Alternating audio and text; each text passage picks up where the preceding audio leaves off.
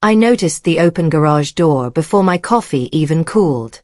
It was one of those soft spring mornings when light slides through the blinds like a polite guest and everything smells faintly of wet grass. I stood at the sink with the mug in both hands, watching the rectangle of grey where the garage mouth yawned. For 43 years, Arthur never once left that door open overnight. Not once. He'd pad out after brushing his teeth, tap the button, wait for the rumble to finish, and then he'd call out, just loud enough for me to hear, just soft enough to please the sleeping house, buttoned up. I set the mug down and walked out back, my slippers lifting dew from the concrete like little boats. The April air had that fresh loamy smell, like someone turned the soil of the world. Inside the garage, dust hung like confetti caught midair. The oil stain, his old friend, was a dark continent in the center of the floor. It should have had a car parked over it. Our car. His car. The Shelby he saved like a prayer and polished like a truth. The space was empty. You'd think a missing car would sound like silence, but it roared. It was the loudest quiet I ever heard.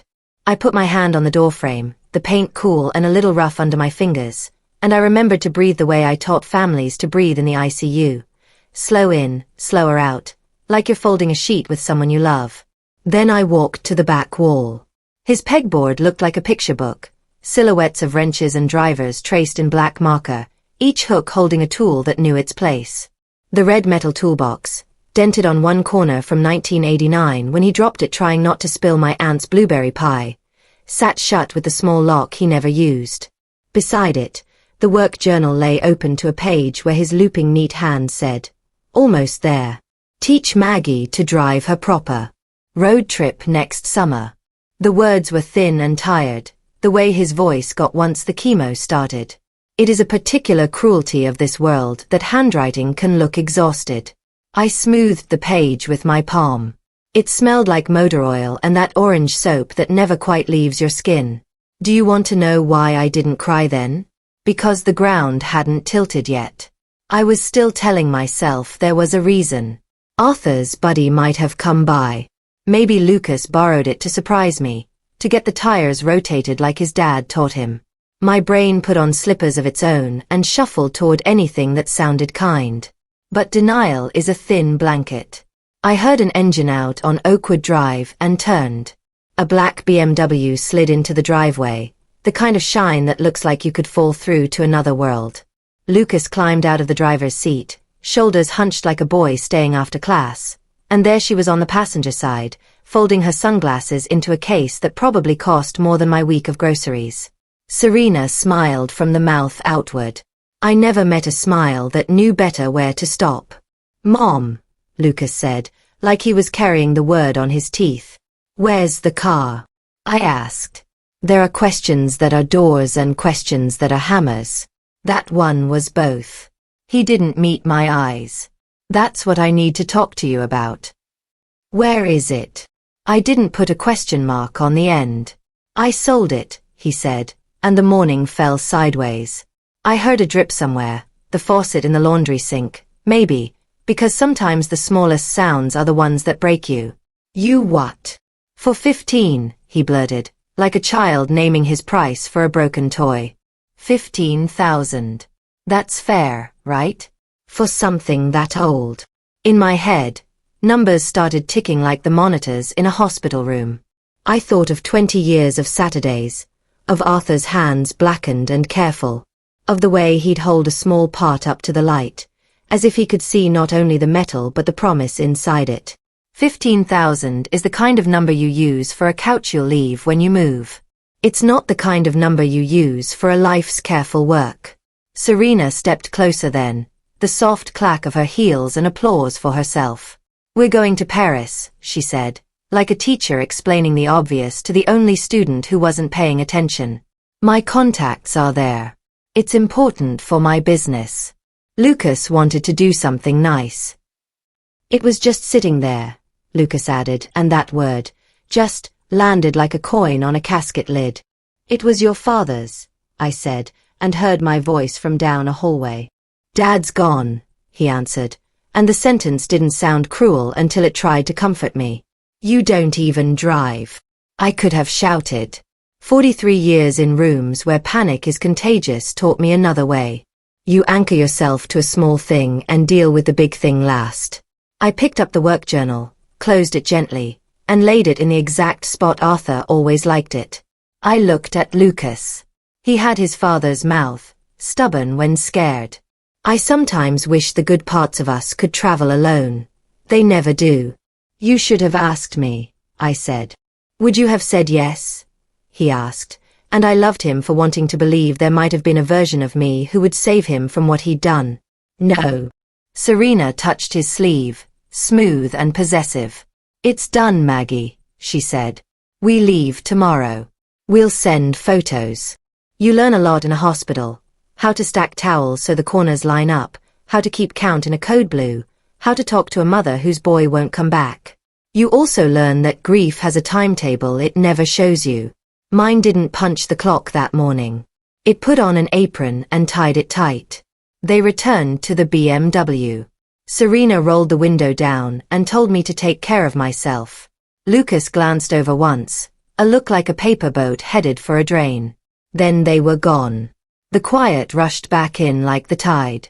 I locked the garage door and went inside. The house was neat in the way houses are neat when the person you kept it neat for is gone. I made myself sit at the kitchen table because sitting is a kind of respect. I opened the journal to the last entry and read it until the words started to blur and settle, like silt in water.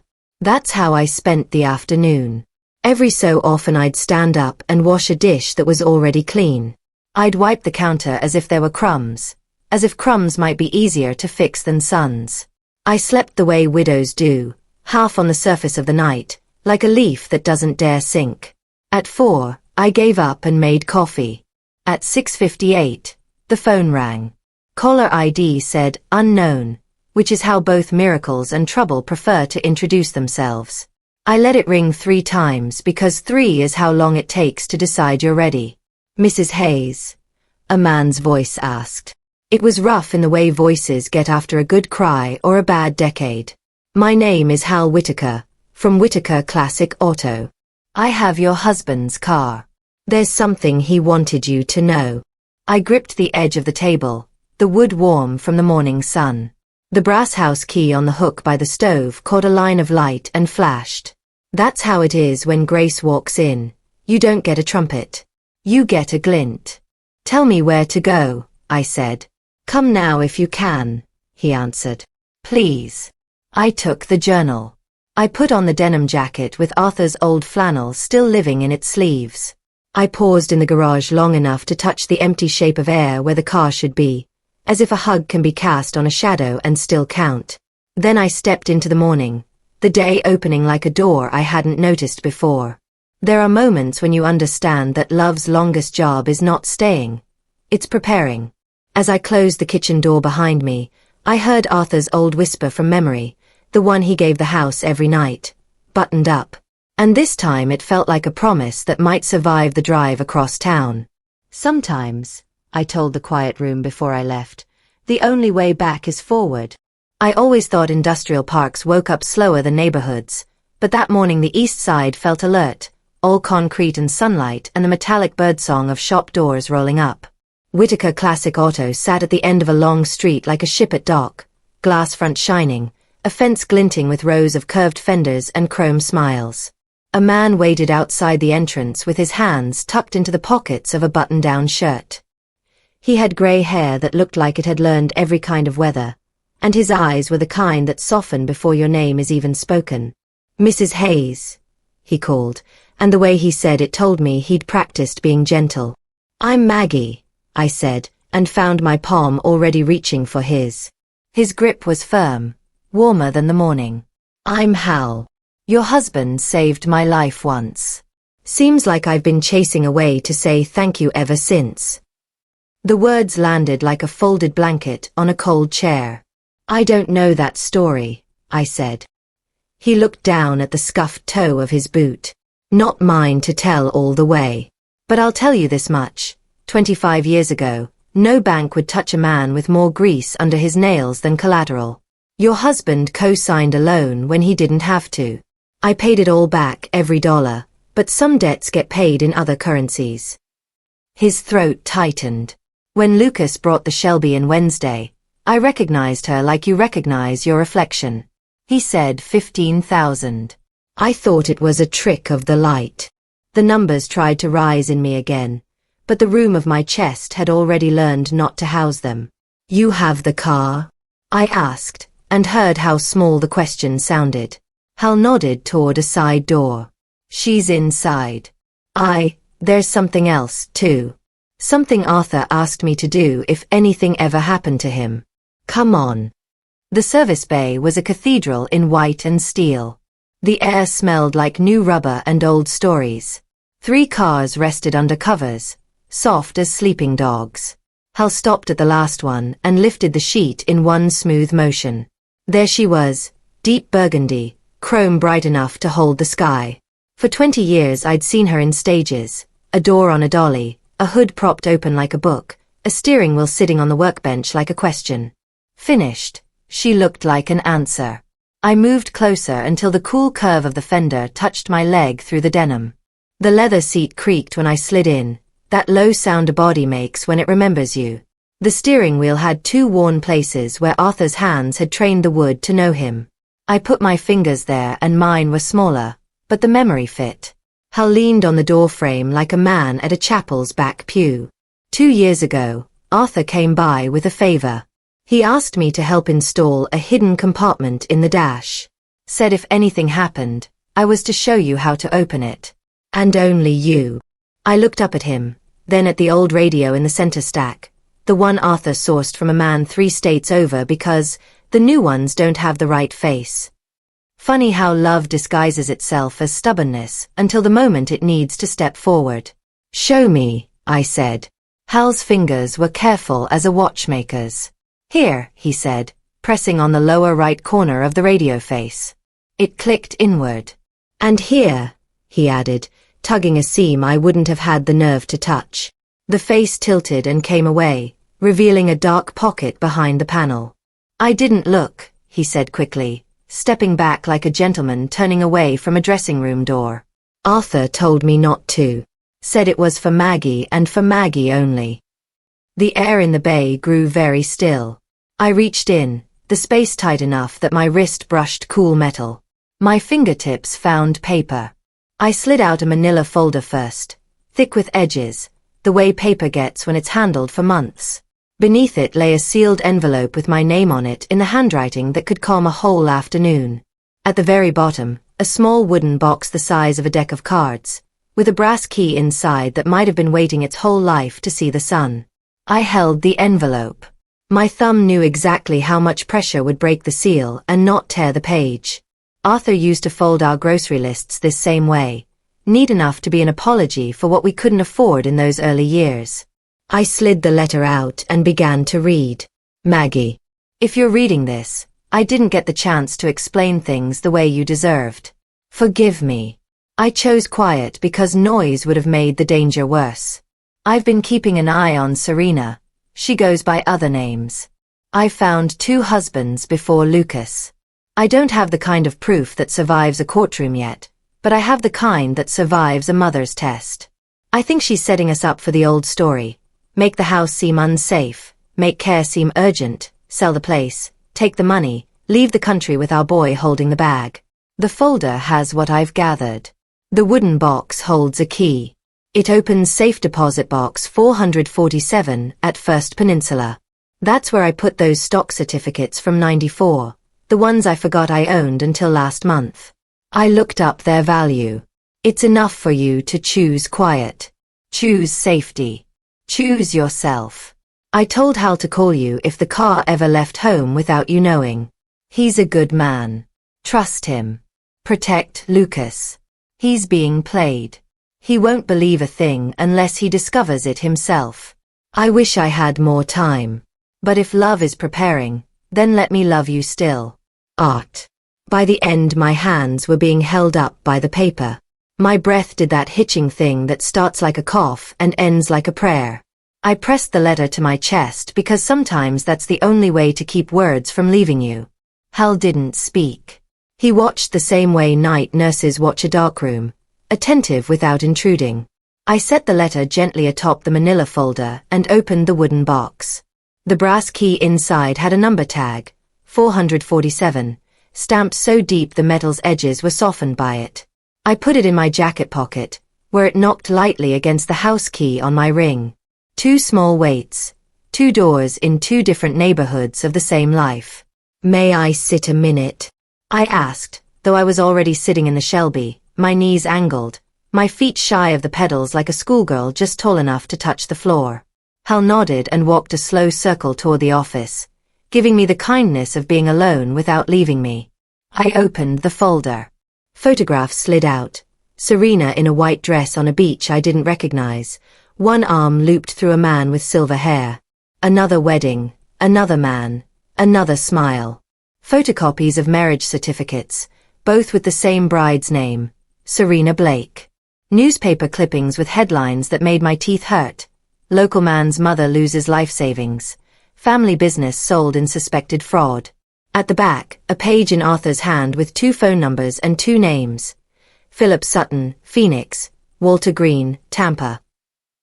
Underlined twice. Call if needed. There were notes, too. Arthur's patient, dated lines. Questions Serena had asked about our house, about my balance on the stairs, about whether we had a will. Dates, times, the brands of her perfume on specific days. Who else but a man who lived by details would track the trail a lie leaves when it thinks no one's following? I closed the folder. It made a soft sound, like a breath being set down. Hal, I called, and he appeared in the doorway with the quiet gait of a man who carries his own weight and doesn't promise to carry yours. Arthur was right, I said. About a lot. He usually was, Hal answered with a crooked smile, then sobered. What do you need from me? I looked at the car, at the seam where the radio face met the dash again, neat as a healed scar. I looked at the letter, the folder, the box, at the thumb smudge on the lower corner of the page where Arthur must have turned it a dozen times before sealing it. You bought the car from Lucas, I said, because the fact had to be acknowledged like a guest who arrived early. I did, he said. I paid him the 15. He was in a hurry. I couldn't let her land anywhere but here. Not with that VIN, not with that history. But she's not mine. He glanced at the Shelby like a man glances at a dog that's already chosen someone else. Arthur told me once that this car was a love letter written in parts. I figure love letters belong to the one they're written for. I felt something ease in my shoulders, a long-held bag finally set down. I'm going to the bank, I said. Then I'm going to make a few calls.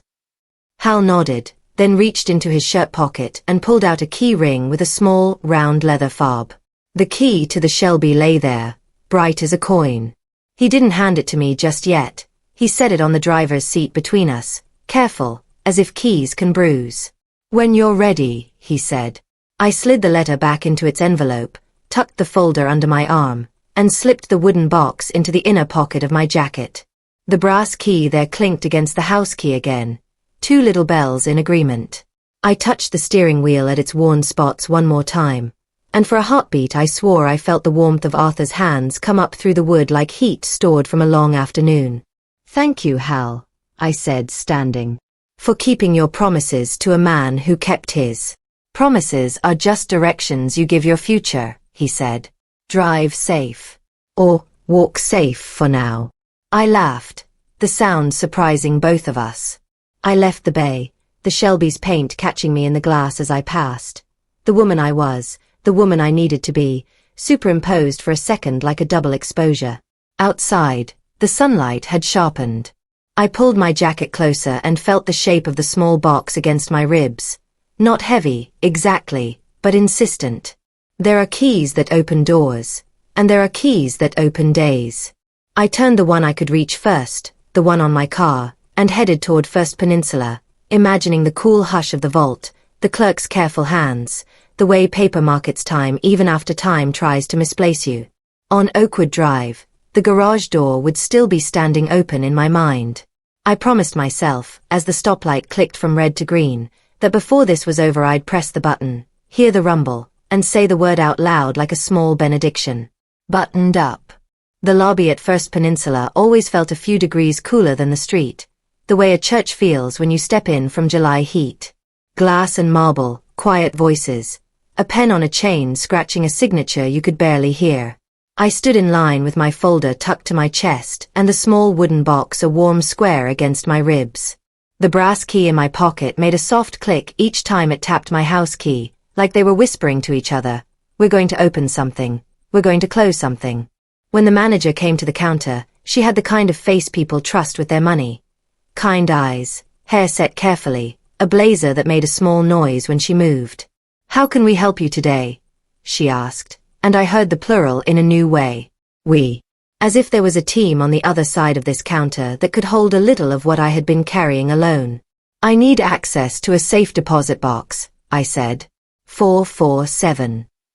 Her eyebrows lifted a fraction. She looked at the screen and then back at me. "Of course. Do you have the key?" I slid the small brass thing out of my pocket, the number stamped so deep it felt like a thumbprint. She held it like a jeweler, nodding to herself, then asked me to sign. My name looked strange on their clipboard, floating there, as if it could belong to anyone with a steady hand. The vault whispered open after 2 doors and a hallway that smelled faintly of paper and carpet glue. Inside, the light was soft and even. She unlocked a face among 1,000 grey faces, withdrew a long narrow box, and led me to a small room with a table and a chair. "Take all the time you need," she said, and closed the door as if she was tucking me in. The lid lifted with the reluctance of something that had kept its promise for years. Inside, a manila envelope careful as a wrapped gift, a smaller folded note in Art's tidy script. The paper had kept his smell, old books and shop rags, like it had decided scent was part of the proof. "Mags, if you found this, you already read the other letter. I don't want to scare you with numbers, but I do want to ease your shoulders a little. In '94 I put $5,000 into a young man's dream because his father asked, and I believed in 2 generations at once. I forgot about it while I was remembering everything else. If the world stayed kind, it's worth more now. It's yours to decide with. Keep it quiet, keep it safe, and keep your own name on the line. If anyone tells you safety is selfish, they're either selling something or stealing something." I slid the certificates out. They were all patience and thinness, dates marching across like a timeline you could touch. Northbridge Systems. Numbers that meant little until someone with the right screen translated them. Back at the manager's desk, I cleared my throat. "Could you help me understand the value? I don't want to misread." She took the papers with reverence, like a nurse taking a swaddled newborn. "Of course." Her fingers moved over the keyboard, then slowed. Her posture changed the way people's posture changes when news comes in either very bad or very good. I watched her eyes do the math. "Mrs. Hayes," she said finally, and she smiled the kind of smile you don't waste. "I can't give you a penny for penny until end-of-day pricing, but as of this morning, these would be valued at approximately $342,000. I sat down because standing felt disrespectful to the moment. The chair was cool and sturdy. I felt my spine stack itself 1 vertebra at a time, as if the number had reminded my bones of their job. "I'd like to leave them here," I said after my breath remembered how. "For now. But could we go over options later? Safer, quieter options." "Of course," she said again, but this time the word meant we'll make a plan. "We can set an appointment." "And Mrs. Hayes? Congratulations." Someone believed in something that believed right back. On the way out, a young man held the door for me. "Ma'am," he said, and the word felt like a small medal pinned to my jacket. Outside, the air smelled like sun on pavement. My keys chimed in my pocket. I pressed my palm to the jacket where the wooden box nestled and whispered, "Thank you," to no one visible. Back home, I set the folder and the box on the kitchen table. The house was bright in that late morning way that makes even the corners look honest. I poured water into the kettle because old habits and comfort share a kitchen. While it heated, I opened the folder again, laid out the photographs in 2 neat rows, just like art would have done. I touched the edges with 2 fingers, the way I used to touch a patient's wrist to feel for a pulse you didn't want to scare off. Phoenix, Tampa, Philip Sutton, Walter Green. 2 numbers in Arthur's calm hand. I ran a finger under each name as if reading to myself and to him both. When the kettle clicked off, I didn't pour. I reached for the phone and dialed the first number before courage could decide to slow walk the morning. It rang 3 times, then a voice answered, warm but worn. "This is Philip." "Mr. Sutton," I said, and my voice sounded so steady I wanted to thank it. "My name is Margaret Hayes. People call me Maggie. I'm calling because my son is married to a woman who goes by Serena. I think you may have known her by another name." There was a long breath on the other end, the kind that replays years while you wait. Then he said, "I've been expecting you, or someone like you." And there was no relief in it, only the tired recognition that patterns make their own weather. He told me about his mother, how she was funny and sharp and had the softest hands, and how, little by little, the narrative was built around her as if she had already stepped out of it. Articles left open about dementia rates. Gentle concern that hardened into urgent plans. A facility with a lobby nicer than any place they could afford, but sold to him as necessary. He talked about selling his mother's house, the way he sat in the driveway afterward and apologized to the empty rooms. When the money was gone, she was gone, he said. I kept thinking if I could just tell my mother I was sorry in the kitchen where she kept the good glasses, it'd count more. But kitchens don't follow you. They stay put and wait for you to come home. We were both quiet for a while, the line like a long hallway between us. "Thank you," I said, "for trusting a stranger with your mother's memory." "Don't be a stranger," he answered. "And don't let her write your story for you. Get ahead of the story." After we hung up, I pressed the phone to my chest the way I had pressed Art's letter. The kitchen clock ticked with the politeness of a metronome. I wrote Philip's name in my notebook, added the details he offered, the timeline, the way the brochures had arrived months before the decision did. When I underlined, "get ahead of the story," the pen left a dark line that bled a little. It felt right. The second number sat under my index finger like a doorbell I wasn't sure belonged to me. I dialed. The man who answered, Walter, sounded like he'd been interrupted mid-task, the way shop owners always are. When I told him why I was calling, the interruption softened into a prepared chair. "She was at my father's funeral," he said. "Her friend knew my cousin. She had a way of making grief feel like a room with 2 chairs instead of none. 8 months later, the shop was sold. Money in an account with both our names. She left on a Tuesday." He told me about Costa Rica and about how fast money can learn a language you don't speak. He told me how he sat in the parking lot of the bank, the one where the account balance was a 0 you can't argue with, and he could still smell oil and coffee on his shirt. "If your son can look at facts without asking them to be kinder than they are," he said, "you've got a chance. If he can't yet, give him something he can't ignore. Paper talks, but voices carry farther." After we said goodbye, I stared at the neat rows of photos and the 2 names written on my legal pad. I thought of Lucas's face in the driveway, the way he had borrowed anger to keep from paying attention, and I felt a fresh tenderness for the boy who once cried when he dropped his ice cream and refused another because this one was the one I wanted. The world keeps teaching us to replace. Some lessons I wish we failed. The house key on the hook near the stove caught a line of light again. I took it down and weighed it in my palm, then put it back. There are moments to move and moments to mark. I needed both. I made tea. I stood at the sink while it steeped and watched the garage door through the window, that open mouth still waiting. When the timer on my phone chimed, not for tea but because I had set it for courage, I picked it up and scrolled to a name I hadn't used in years but could have traced in the dark. Marcus Reed. The private investigator who came to Arthur's retirement party and stayed late to help stack chairs even though he only knew 3 people there. Ex-detective. Eyes like a man who notices the color of the sky and the color of a lie. The phone rang once. Twice. I pressed the brass key in my pocket between forefinger and thumb until it dented my skin. On the third ring, the future answered.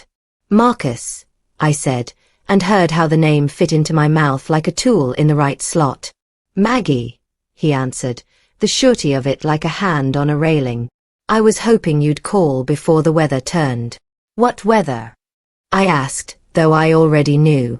The kind that rearranges a house, he said. Can you meet me? Same coffee shop near the hospital, the one with the crooked picture frame. We chose a table by the window where the light had the decency to be warm without bragging about it. Marcus sat across from me, a notepad flipped open, a pen parked at attention. He looked like he always looked, pressed but not stiff, like a man who'd made peace with the day before noon. He didn't say sorry about Arthur. He'd already said it, at the service, by standing near the back and watching the door like he could hold it in place if needed. Instead, he looked at my folder and then up at me. Tell me what you have, he said. I laid the manila folder between us, the letter on top, the photographs in their neat rows. The brass key stayed in my pocket, the small wooden box a square of warmth under my jacket. I told him about Hal, about the hidden compartment, about numbers that made chairs necessary. I told him about the call to Phoenix and the call to Tampa. As I spoke, his pen made small marks in the kind of shorthand cops teach themselves. Half letters, small arrows, the kind of script meant to be read by exactly one pair of eyes. He tapped once on the page when I finished. All right, he said. This is the playbook, and I've seen it run on good families more times than feels fair. He drew 4 small boxes in a row and numbered them. Phase 1. Romance and aspiration. She builds a picture window and stands you both in front of it. Paris, new clothes, a future that shines like a showroom. Nothing wrong with futures, but she buys them on your credit and pays them off with your house. He tapped the second box. Phase 2. Concern, then crisis. We're worried about Mom. Articles left open, little slips of language. Tired, forgetful, dangerous stares. A brochure falls out of a purse like a hint that wants to be found. Now the house is a problem to solve. He tapped the third box. Phase 3. Action disguised as love. Signatures. Joint accounts. Home evaluations. The elder becomes paperwork with a pulse. His finger rested on the last box. Phase 4. Extraction and vanishing act. Money moves, names change, flights leave before dawn. He looked up. The only way to stop it is to cut the story off between 2 and 3, when concern starts to get notarized. I thought of my house key catching light by the stove and felt the familiar rise of steadiness in my ribs. Lucas won't believe me because I'm his mother, I said. He'll hear worry and call it bias. Of course he will, Marcus said, kind but unflinching. When a con works, it's because we cooperate with the parts that flatter us or save us from seeing something unkind. The trick here is not to tell him. It's to help him find it. Make him the one who can't unknow what he knows. How? Marcus leaned back. You give him paper with voices attached. He needs to hear a man say, "She stood next to my father's casket and took my life apart." Then you keep a log of every small thing. Time, date, what was said, what was moved, what was photographed. You don't accuse. You don't fight. You document. You let her show her seams. He slid his notepad toward me. In the corner he'd drawn a small key. He shaded it in. You keep your assets quiet and separate. No co-signing. No joint anything. You carry your own keys and your own name. If she asks, you tell her your lawyer prefers it that way, whether or not you've called one yet. And you will call one.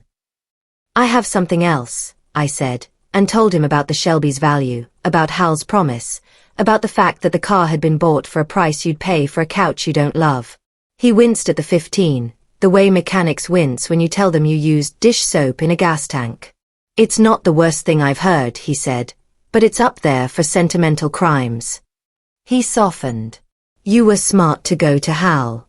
He's a man who pays what he owes without a receipt. As for the rest, Maggie, listen to me. Do not bring this to Serena. Don't bring it to Lucas, either. Not yet. Invite them into the kind of room where people breathe slower. Feed them. Watch her walk your house like a mole. The way she'll touch doorframes will tell you what you need to know. You can't be a nurse for 43 years without knowing the value of simple instructions. What else? I asked, and the question sat up straight. Pull your credit. Lock it. Freeze new accounts. Call your bank. Put notes on your file. Scan your important documents and put the originals somewhere she can't find by accident. If a brochure falls out of a purse, you take a photograph of it with the date in the frame. If she asks about your medications, you say your doctor has it handled and change the subject back to Paris or shoes. He paused, pen hovering. And Maggie, this part matters. Let yourself be kind in public and suspicious in private. That way, when Lucas looks back, he'll see you weren't cruel. You were careful. The difference saves families. I thought of Arthur's looping handwriting, of his neat lines that always left a margin at the right as if in case a better word came along. He wanted me to be safe, I said, and it felt like a promise I could hold up to the light. He still does, Marcus said simply. He sipped his coffee, then winced. This place burns it. But the frame is still crooked. Makes the whole spot feel human. He tore a page from his pad, wrote 2 names and 2 numbers, slid it over. Detective Nora Delgado. And a consumer protection attorney who doesn't gossip. I folded the page and tucked it beneath the wooden box inside my jacket, where notes and keys could talk to each other like neighbors. When we stood, he touched the back of my chair to set it under the table the way gentlemen do and old partners not quite broken of their habits. At the door, he looked at me like a man checks a latch. You ready? As I'll ever be, I said. At home, the afternoon light had moved to the other side of the house, turning the banister honeygold. I opened a drawer and pulled out my old steno pad, the one with a green cover and a wire spiral that always snagged sweaters, and wrote log on the top line. Below it, I made columns the way we used to for hourly checks. Date, time, observation, who, proof. I turned on the kettle, set the tablecloth out flat, ran a towel over the good plates even though they were already shining. I peeled carrots and cut potatoes, the knife making that satisfying click against the board. I put a pot roast in the Dutch oven because there are meals that reset a house, and that's one of them. As the oven settled into its steady hum, I moved through rooms with a rag in my hand, touching picture frames and lamps, not because they were dusty, but because touching things is a way of telling them you see them. When the phone was in my hand again, I didn't give myself time to rehearse the invitation. I called Lucas. He answered on the second ring, his voice lighter than it had been in the driveway, as if decisions have a way of choosing us and then pretending we chose them. Dinner? I asked. Roast. 6 o'clock. He hesitated, and I could hear Serena in the quiet, the way a second voice can stand just off stage. We can make that, he said, and he sounded relieved to have been given a script. Serena'll love that. I hope she does, I said, and wrote 6 p.m. in the log, the point of my pen pressing a tiny indent through 4 pages. I set out 3 plates. Then 2 more for coffee and pie after. I put a spoon in the sugar bowl, a small polite shovel. I fixed the picture frame over the hallway table that always leaned left, then laughed at myself and crooked it back on purpose. The house was ready to play its part. Window open an inch. Napkins folded like envelopes. The good glasses waiting near the sink for water that tastes better when someone else pours it. At 5:30, I put on Arthur's old flannel beneath my cardigan, the sleeves rolled once to show the cuff like a secret handshake. I stood at the kitchen window and looked at the open garage door through the evening light. The empty space didn't feel like an accusation anymore. It felt like a stage waiting for its actors to hit their marks. Headlights turned onto Oakwood Drive at 5:58. The BMW pulled in at 6 on the dot, as if Serena kept time by a watch that never dared be late. I smoothed the tablecloth once more, not to fix a wrinkle but to remind my hands they could. I lifted the house key from its hook and set it back, just for the comfort of the small clink. The doorbell rang, 2 bright notes that sounded more hopeful than the hour deserved. I breathed in slow, breathed out slower, the way you fold a sheet with someone you love. Then I opened the door. I opened the door to the smell of Serena's perfume, something light and expensive that tried to talk over the roast drifting down the hall. Lucas kissed my cheek too quickly, his jaw rough like he'd forgotten to shave and then remembered too late. Serena stepped in on the balls of her feet, eyes doing that sweet people do when they're deciding where to place their superiority. "Everything looks lovely," she said, and the word lovely did a little curtsy with its back turned. "Shoes by the mat," I said with a smile. I just mopped. It was true and it wasn't. Mostly it gave me the one small thing all nurses ask for before chaos enters a room. Order at the door. We ate with the kind of politeness that can pass for peace if you don't look at it too closely. Lucas asked about the garden he never visits, and I told him the peonies were late this year as if flowers answer to calendars. Serena told us about Paris the way a realtor stages a house, nothing out of place, no corners that collect crumbs. Lucas nodded too much. I passed the potatoes. The clock over the stove clicked once every minute as if to make sure time remembered to move. When Serena held up her glass for more water, the sleeve of her blouse slid back and showed a bracelet I didn't recognize. Gold, narrow, the clasp a tiny heart with a tiny keyhole. "Gift from a client," she said when she saw me notice. "For connecting them to the right investors. It's all timing, you know." Timing, I wrote in the log under the table with a pencil I kept on the chair rail. Serena, bracelet, investors, Paris contacts. The lead left a dark line that smudged my finger. I rubbed it off on the hem of my cardigan and set the pencil back like a lullaby. Between bites, Serena stacked concerns like folded linens. "These stairs," she said, eyes on the staircase like it was plotting. "Do you ever feel unsteady, Maggie? My aunt sold her 2-story last year. Best decision she ever made." "I'm steady," I said. 43 years of 12-hour shifts trained my legs to negotiate with steps. "Of course," she said gently, as if I'd just told her I wasn't cold while standing in snow. "Still, bathrooms can be tricky. Slippery tiles. Cabinets too high. By the way, where do you keep the house deed? We had to hunt ours down last year. Nightmare." Lucas cut his roast into 2 small squares. "We were just talking about file organization," he said, and he tried to make his voice a bridge. "You know, in case something happened." "In case something happens," Serena corrected, soft, confident, pushing the future into the room like a rolling cart. I folded my napkin and smoothed it. "The deed is with my attorney," I said, which would be true tomorrow morning. "I like things where they stay until I ask for them." Serena's smile did a little math. "Smart," she said, and took a sip. "Still, it might be nice to have copies handy. You never know." I refilled her glass. "You never do."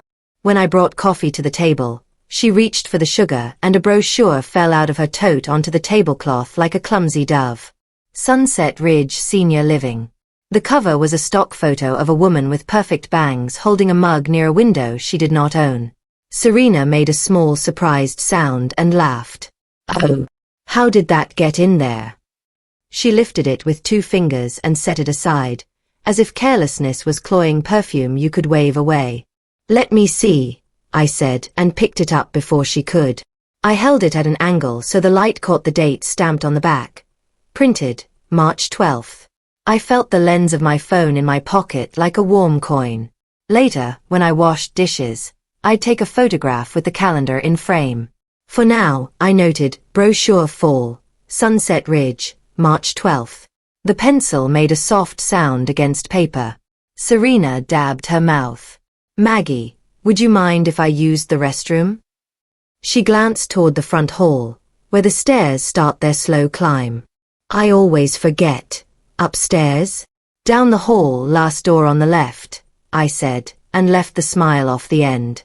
She nodded like she'd tuck that kindness away and reward it later. She was gone a minute. Then 2. Then 7. Lucas stared into his coffee like the answer might be spelled in steam. I felt the old rhythm start in me, the one from night shifts when a patient's monitor went quiet for too long. I waited 1 more minute because patience can be a scalpel. Then I stood. "I'll make sure she didn't get turned around," I said to Lucas, and kept my voice a Sunday afternoon soft. Halfway up the stairs the light changes. Houses always choose a different personality for the second floor. Ours is quieter, steadier. I found Serena near the office door, the bathroom downstairs empty behind her like a truth she'd left behind. She was moving her hand away from the knob when she saw me, the guilty instinct so fast it almost looks like courtesy. "Oh," she said, letting a breathless laugh do the apologizing. I got turned around. I was looking for towels. "Your layout is charming. The bathroom is downstairs," I said, "where it's always been." She touched my sleeve the way people touch fabrics they're about to set back on the rack. Silly me. Must be the wine. She moved past me and I watched her go, the keys in the dish on the hall table catching the light. House key, car key, a small brass locker key from the YMCA I keep for laps I no longer swim. Serena glanced at the dish and then away, a micro-expression that made a note in my bones. Downstairs, the faucet ran for exactly the amount of time someone runs water to sound innocent. Back at the table, she complimented the pie she hadn't touched and told us how Paris cafes don't rush you, how they let you sit for hours with a single espresso like patience is a national sport. Lucas smiled at the idea of a world that would let him linger without asking anything back. I knew that look. Arthur wore it whenever he talked about the stretch of highway outside town where the speed limit is low and the view is high. When they put on their shoes, Serena stood by the front door, eyeing the family photos with a professional's gaze. "Such a beautiful house," she said. "It must be a lot." "It holds us," I said. "Houses that do that are never too much." She kissed the air near my cheek. "Sleep well, Maggie. Drive safe," I answered to Lucas, and hugged him longer than he expected. He leaned in and then away, the way he did when he was little and embarrassed by his mother in public but not quite ready to stop being that boy. After the BMW taillights floated off like 2 red ideas, I locked the door and checked it twice. The house goes quiet differently after guests leave. It exhales. I carried the dishes to the sink and turned the water on low, just enough to make a ribbon sound. Then I took the brochure from where I'd tucked it under the pie plate, laid it beside my phone, and took a photograph with the kitchen calendar in the corner.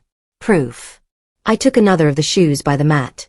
Hers pointed toward the stairs in the earlier scuff marks she'd made, the camera temporal like a kind witness. Proof again. At the table, I opened the log and wrote. Date, Thursday, 6 to 8:05 p.m. Who? Serena/Lucas.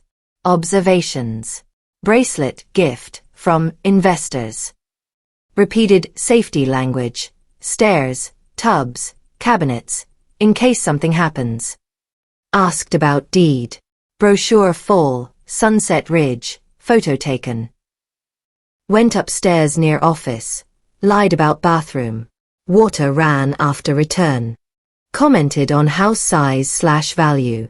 Proof, photos, timestamps, memory, note to install hallway cam tomorrow. I underlined install hallway cam and then crossed out the question mark. Some questions don't deserve the dignity.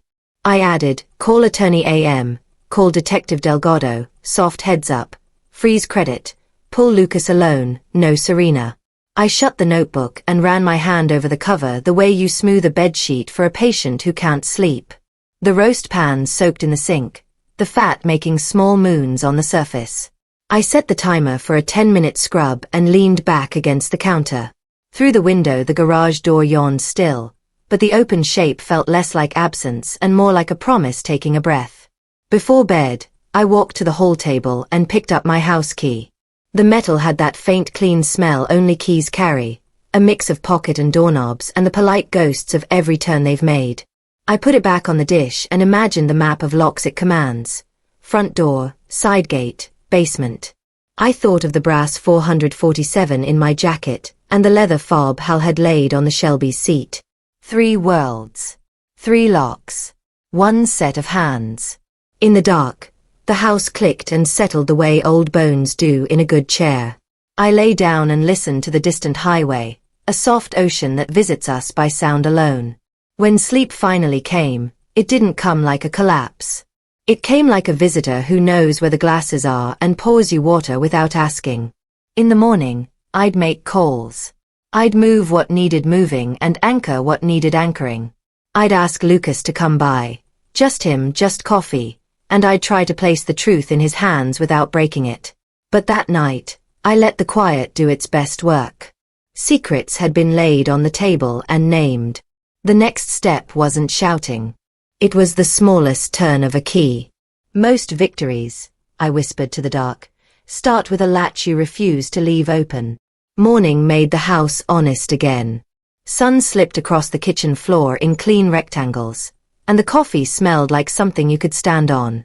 I set the kettle on out of habit and then laughed at myself when the machine did its soft cough and drip like always.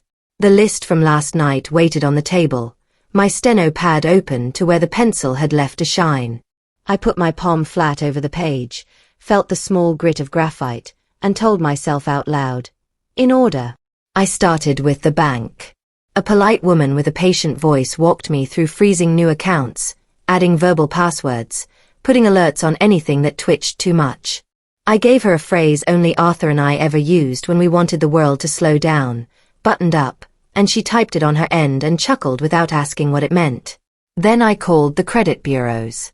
Hold music filled the kitchen, something too cheerful for the work at hand, and I watched the kettle not boil because watched pots and patient nurses share a stubbornness. 3 freezes. 3 confirmations. I wrote the reference numbers into the log like tucking children in. I dialed the consumer protection attorney Marcus had recommended. A receptionist who sounded truthful took down my name, my situation, scheduled a late afternoon consult. Bring copies, not originals, she reminded me, and I appreciated a world where people still said things you could hold on to. Then I called Detective Nora Delgado. She listened without rushing me. When I told her about the brochure and the upstairs excursion and the questions about deeds, she made small sounds that meant, I hear you. Document everything. No accusations. If she moves from suggestion to action, call me before you sign or sell a thing, she said. We can't lock up bad intentions, Mrs. Hayes, but we can keep them from getting their hands on the pen. After the calls, I set a small camera on the hallway table, pointing toward the stairs and the office door. It looked like a cube of nothing, no more threatening than a child's block, but it blinked green when I told it to listen. I installed another in the office, angled at the file cabinet, the desk drawers. I'm not a spy. I'm a widow with a good memory and a better sense of timing. Still, it steadied me to know that if the story needed replaying later, it could be. By 9, the house smelled like toast and lemon cleaner. I called Lucas. Coffee. Late morning. I asked, and kept everything out of my voice but the invitation. Just me? He asked, a boy again for a heartbeat. Just you, I said. I found something of your father's. I want to share it with you alone. He hesitated and then said, Okay. Noon. I set 2 cups on the counter upside down, to keep dust out, Arthur always said, and prepared the kitchen like a confession booth that doesn't trap people but offers them a soft bench. I laid out the manila folder, the letter, the marriage certificates, the printed headlines Philip and Walter had emailed in overnight after I thanked them for their time. I bent a paper clip into a little heart because my hands needed to do something gentler than guarding. At 10, I sat at the table and wrote out my own story, once, for me. Not a speech. Just a line to hold. This is what your father found. This is why he chose quiet. This is how we protect you without making you feel small. I underlined without making you feel small twice, then struck 1 line through it, because intention shows up better than emphasis. At 11:58, I heard him on the porch. The way Lucas walks sounds like a man trying to remember what his body is for. He opened the door without ringing, as if he couldn't bear another threshold he didn't control. He smelled like aftershave and car vent. He looked tired in the way men look when charm has been heavy to carry. "Hey, Mom," he said, and the word Mom softened a little at the edges. "Coffee's waiting," I said. We stood at the counter and poured our cups like two neighbors who share a fence and a history and 100 small favors. We sat at the table and the folder noticed him like it was a shy animal. "What's all this?" he asked, already reaching for the edges. "Your father's last project," I said. "And a letter he wrote to me when he knew time was shorter than we wanted." He inhaled, the way people do before cold water. "If this is about Serena, this is about you," I said gently. "And about how your father loved you. He didn't tell you because he was careful with your heart. He asked me to let you discover what you needed to discover yourself." He stared at the envelope, at his father's handwriting. "He never liked her," he said. "He didn't trust the story she was telling," I said. "There's a difference." I slid the letter across. He held it without opening it. His thumb traced the crease as if he could read by touch. Finally, he unfolded the page. His eyes moved in a small left-to-right rhythm that reminded me of how he used to read road signs on long drives and count red cars for sport. The room was very quiet except for the refrigerator's soft hum and the street a few blocks overdoing its weekday commute. When he finished, he let the paper rest in his lap like he was holding a bird no one could see. "This is a lot." "It is," I said. "Here's more." I laid out the copies, the weddings, the certificates, the headlines, the notes in Arthur's hand, Philip's words, Walter's, the numbers, the dates. This could be anyone, he tried, and the word anyone tried to grow big enough to hide behind.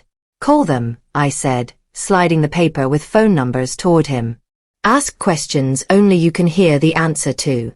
Ask Serena some simple ones, too. Where did she grow up? What street? What's her mother's maiden name? The school mascot?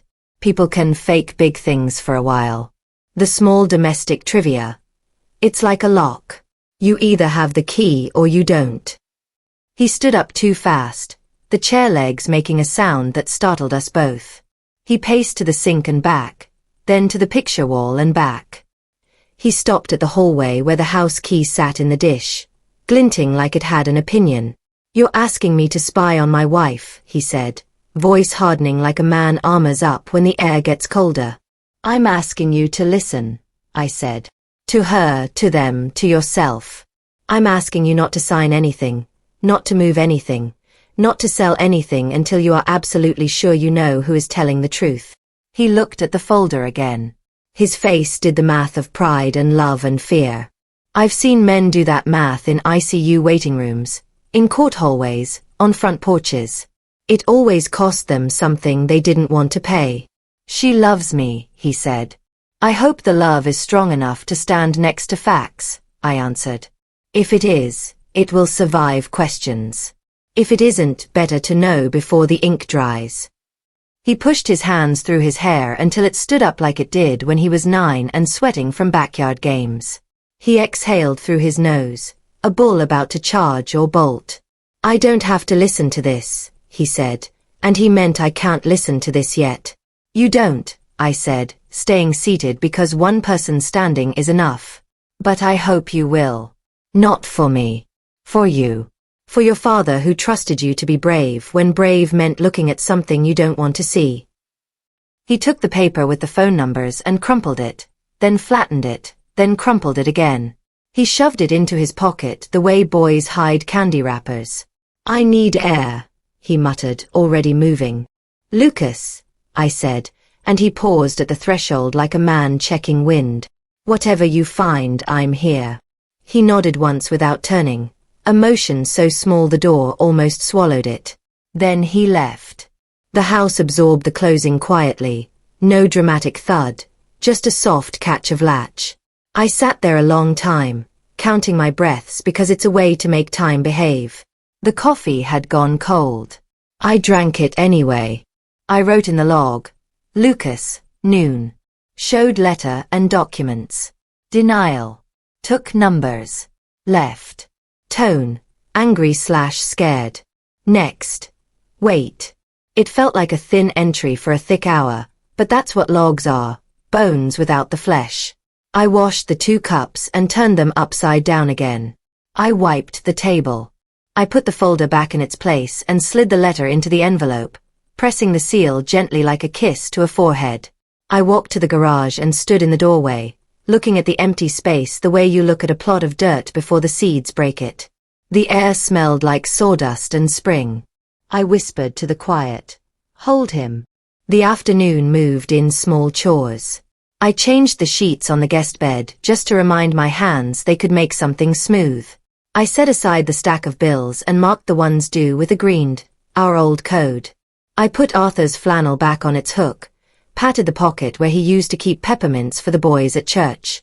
Dusk nudged the kitchen blinds into amber stripes. I made a simple dinner and ate standing up, not because I was rushing but because some nights the chair feels too declarative. I left the porch light on because hope appreciates a landmark. When the phone rang after midnight, the name on the screen turned my bones into tuning forks. I let it ring once so my voice could steady. "Mom," Lucas said, and the words sounded broken in the middle. I called them. He pulled in a breath that scraped. "I need to tell you what they said." I didn't turn on a light. I sat on the edge of my bed with the phone pressed to my ear and the dark doing its careful work around us. "I called Philip first," Lucas said, voice raw like it had been dragged over gravel. He picked up on the 3rd ring. When I told him my name and why I was calling, there was this noise he made. Not surprise. Like recognition you don't want. I listened to his breath steady, then go thin again. He told me about his mom. About the brochures left out, the concern conversations, the quick move to a facility with lobby fruit water. He said the day the house money cleared, she was gone. He was gentle when he said it, like he knew he was putting a weight in my hands I couldn't set down. He swallowed.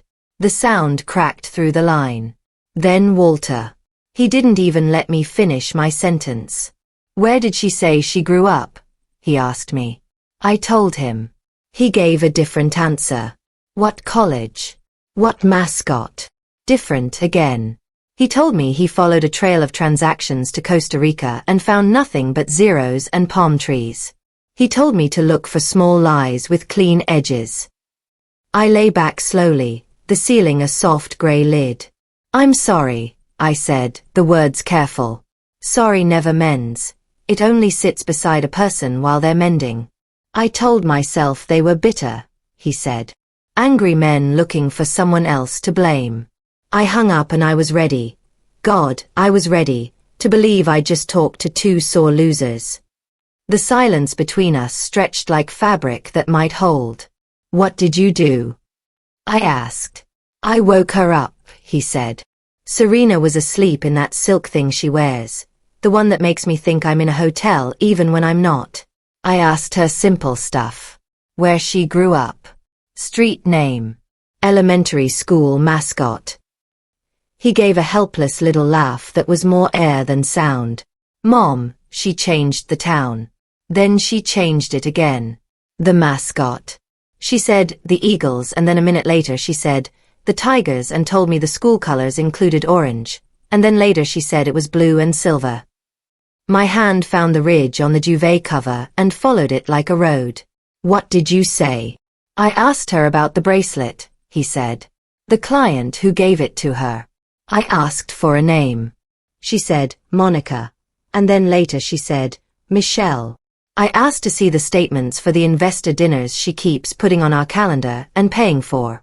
She told me I should trust my wife." His voice lowered. I asked about the credit cards. The word cards hit the room like a stack dropped on a counter.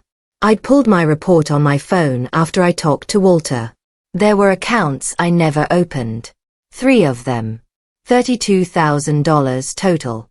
Designer stores. Hotels. Plane tickets. He paused.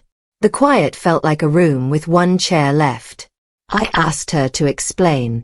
The bed springs were very still beneath me. In the dark, I could make out the shape of Arthur's flannel hanging from the chair back like a hand ready to help someone stand. She didn't even try to make it pretty, he said. Her face changed. It was like watching a stagehand pull a set away, and suddenly you see the ropes and pulleys. She said, "They're business investments, Lucas. I'm building something. You always said you wanted to build something." I told her they were in my name. She said, "So what? We're married. What's yours is ours." Then I asked for the cards. She told me I was suffocating her with my insecurity. His breath quickened. I pushed. I shouldn't have raised my voice, but I did. I said, "What's your mother's maiden name?" She said, "Carson," and then 2 minutes later, "Carlson." I asked for the statements again. I told her we'd call the bank together in the morning. She looked at me like I had spilled something on her white rug. Then she pulled out a suitcase from under the bed and started putting things in it. The image arrived whole in my mind, the silver blue case skidding out, the sound of zippers, the closet light cutting a rectangle on the carpet. "What did you do?" "I called you," he said, and I loved him for that, for choosing a number that had never once judged him. Then he exhaled. "I also checked our account. There were cash withdrawals tonight. 3. The last one at a branch by the airport. $12,000 in an hour." I swung my feet to the floor. The carpet was cold in a way that helped. "Stay on the line," I said, and the nurse in my voice stood up and smoothed its skirt. I padded to the kitchen and turned on the little lamp. The house took the hint and woke gently. I set the phone on speaker and dialed Marcus with my free hand. He answered with a hello that sounded like he'd been sitting with his shoes on. "Already watching," he said after I told him. "Her cards are cycling through cash points like she's trying to make it look like tips from every diner in town. She booked a room at the airport Marriott an hour ago under an alias.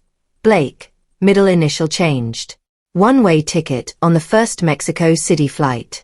6 a.m. departure." My hand found the wooden chair back and held it like a shoulder. "Can we stop her?" "Maybe," he said, brisk without being cruel. "I've got Detective Delgado on text. Arizona and Florida both have open files with warrants that fit this pattern if we can tie her alias usage. The local DA will move on identity theft if Lucas confirms the cards. Lucas, are you willing to file? Tonight." On the other end of the line, my son made the sound people make when they step from a warm room into air that requires resolve. "Yes," he said. "Tell me where." "Come to your mother's," Marcus said. "Nora and I will meet you there in 20. Bring the cards you can find, your ID, any mail with the accounts. Don't touch her suitcase. If she's still packing, don't stop her. We need her to go where the law already is." When I ended the call with Marcus, the house felt smaller in a good way, like we'd moved the furniture closer so someone could rest. "Lucas," I said into the phone, "drive carefully. Take the back roads. There's less traffic. The porch light's on. I'll start coffee you won't drink." He almost laughed. "That sounds right." Then he took a breath I could feel. "Mom." "Yes. I'm sorry." The word didn't try to fix anything. It sat in the room and held my hand anyway. "Come home," I said. I unlocked the front door, flipped the deadbolt to ready. I put on Arthur's flannel over my nightshirt, the sleeves swallowing my wrists until I rolled them twice.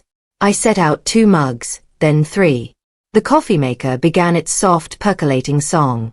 In the hallway, the small camera blinked once as if to nod. Outside, the street wore its midnight face. Quiet, a little damp, a raccoon making its businesslike way along the curb. The porch light cast its lemony circle on the steps. I sat on the bottom one and let the night lift the heat from my skin.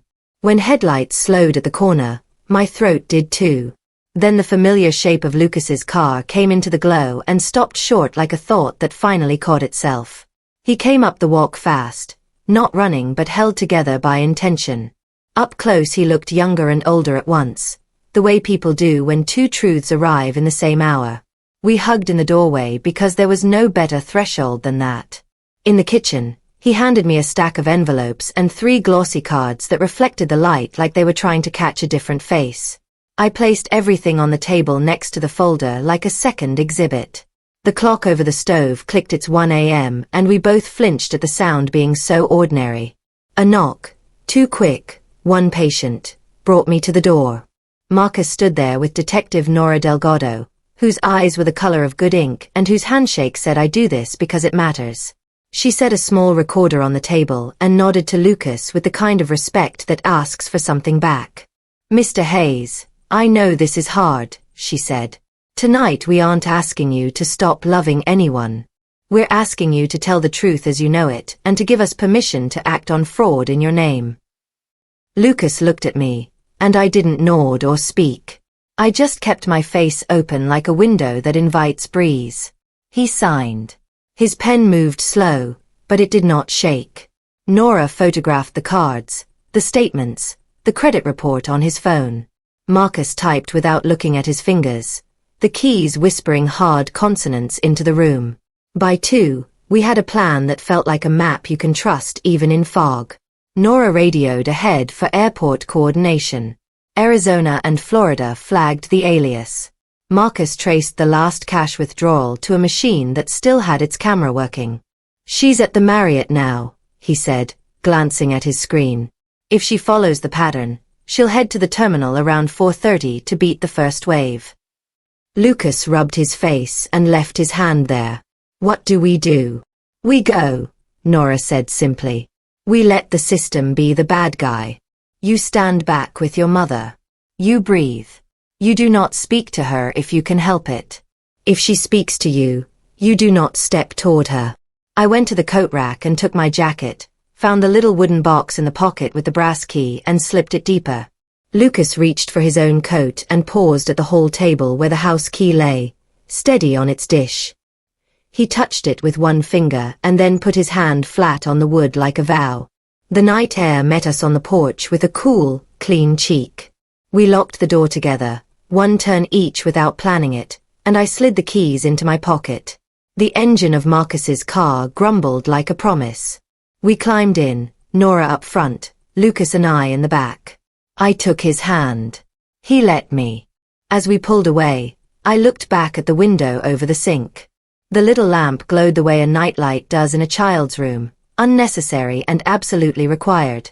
The street slipped past, quiet as a church at 2 a.m. The city opened ahead of us, low and silver, runway lights in the distance like beads on a string someone looped across the horizon. I thought of every shift I'd driven toward with a heart ready for whatever someone's worst night would ask of it, and how the trick was never to steel yourself hard but to soften enough to bend. "Buttoned up," I whispered, not as an ending but as a hope I could carry into a sliding door and fluorescent light, and the place where comings and goings look the same until you know which one you're watching. The airport at 4 in the morning feels like a church with a food court. Fluorescents washing the world in a polite kind of daylight, crews rolling carts that squeak on one wheel, janitors buffing the same square of floor until it shines. We parked on the short-term level closest to the terminal, the concrete cool and damp with the night's breath. Marcus killed the engine, and for a moment the only sound was the cooling tick of the car and our own lungs doing their reliable work. "Security is this way," Detective Delgado said, her voice low and sure, the kind of voice that could talk a fire into a smaller flame. "We'll position near the first checkpoint. My colleagues will be in place at the rope. If she shows, we'll step in clean. You two stay back by the pillar near the coffee bar. Do not engage." Lucas nodded, jaw set like a bridge under load. I squeezed his hand once and let go. In the world of departures, you have to learn when to hold and when to release. Inside, the terminal stretched bright and empty, a few early travelers dragging wheelie bags like reluctant pets. A bakery stand warmed the air with the lie of croissants at this hour, and a television with closed captions scrolled yesterday's weather as if it might matter again. We took our place by the pillar. The coffee bar behind us yawned awake, a barista tugging down the gate, a row of cups lined like white candles. Marcus stood a little forward, eyes sweeping in a rhythm that made me think of metronomes and crosswalk signals. Detective Delgado murmured into the small mic at her shoulder. Across the way, two plainclothes officers pretended to argue about the price of bottled water near a rack of neck pillows. Their feet were turned toward the checkpoint, bodies at rest with purpose in them. 5 minutes is an hour when you're waiting to see what a truth will do. 15 is a lifetime. At 5:27, the security line started to braid itself from a few early risers. At 5:31, I saw her. Serena moved the way women move when they believe the world was built to part for them. Heels in one hand to spare the floor, designer carry-on gliding like a shadow. Sunglasses perched on her head despite the fluorescence. She had changed her hair, a low bun, cleaner lines. It made her look like a different person until she turned her head and the exact same mouth shaped a private thought. She stepped into line, all calm angles and even breath. The second suitcase, larger, the color of soft pewter, rolled behind her like a very loyal dog. My body remembered the weight of Arthur's flannel around my shoulders and behaved. Inhale, exhale, count to 4, count to 6. I stood beside my son and felt him go still. Detective Delgado moved. One officer stepped to the side of the line, the other to the end, a quiet choreography that didn't interrupt anyone's morning more than necessary. Nora approached Serena with a precision I recognized from good nurses walking toward bad news. Nothing extra in the body, only the one truth you're carrying. "Ma'am," she said, badge held where it could be seen but not flaunted. "We need to speak with you before you proceed through security." Serena turned slowly, like a movie that knows it's being watched. "Is there a problem?" she asked, adjusting her sunglasses higher on her head as if seeing more would change what she was looking at. "We have a warrant connected to identity theft and fraud," Nora said, the words correct as a form. "We need you to step out of line." "I think you have the wrong person," Serena said, almost friendly, as if she might help them find the right one. "My name is Serena Blake." Nora didn't blink. "We'll verify that," she said. "Please bring your bags." The second officer unclipped the retractable belt and the line rearranged itself around the empty space, travelers stepping aside with the grace of people grateful it wasn't their morning. Serena rolled her carry-on forward, then left the larger one where it was. A small thing. But small things are doors. "Both," Nora said, evenly. "Ma'am." Serena's eyes flicked micro-quick toward the larger suitcase. Then she smiled. "Of course." She rolled it forward. It was heavier than she wanted it to be. They paused in the open area before the scanners, where advertisements for beach vacations made a cruel kind of wallpaper. Nora spoke into her mic. A third officer appeared at Serena's shoulder. "For your safety and ours, we're going to take a look inside." "What?" A crack in the glaze. "You can't." "We can," Nora said, and the left corner of her mouth softened. Not in kindness, exactly, but in the way a person tries to pad a sharp edge. The officer unzipped the larger case and opened it like a lid on a piano. Cash doesn't smell like much until there's a lot of it. Then it smells like ink and 1,000 hands. Stacks. Rubber banded. An external hard drive. Matte black. No label. A passport with Serena's face and someone else's name. A folder with banknotes and routing numbers in neat columns like a hymn no one should sing. 4-1 heartbeat, the terminal stopped. Even Janice at the coffee bar behind us paused with the milk pitcher lifted, a small silver comet suspended over foam. The world breathed in. Then Serena moved. She pivoted on one bare foot and ran. The airport floor made a sound under her that would have been funny if it weren't so full of exit. She blew by a kiosk selling neck pillows, clipped a display of keychains that rained little skylines on the tile. It isn't easy to run in a place designed for lines, but panic prefers straightaways, and she made one from nothing.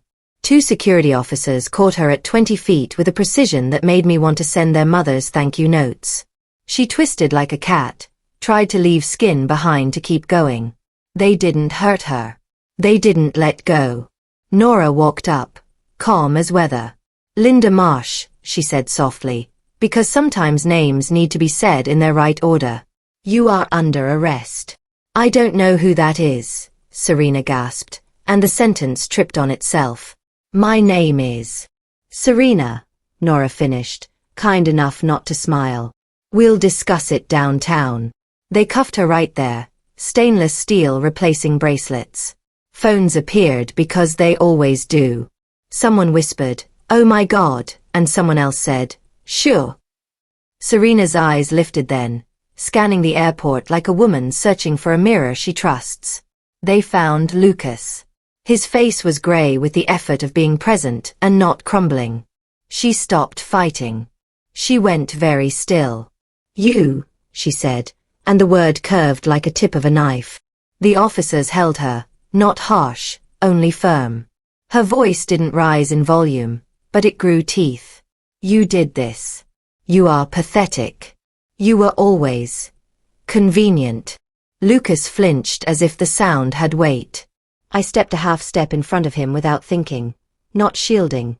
Nothing could shield what had already landed, but standing like a small wall built of older stones. Her gaze slipped to me.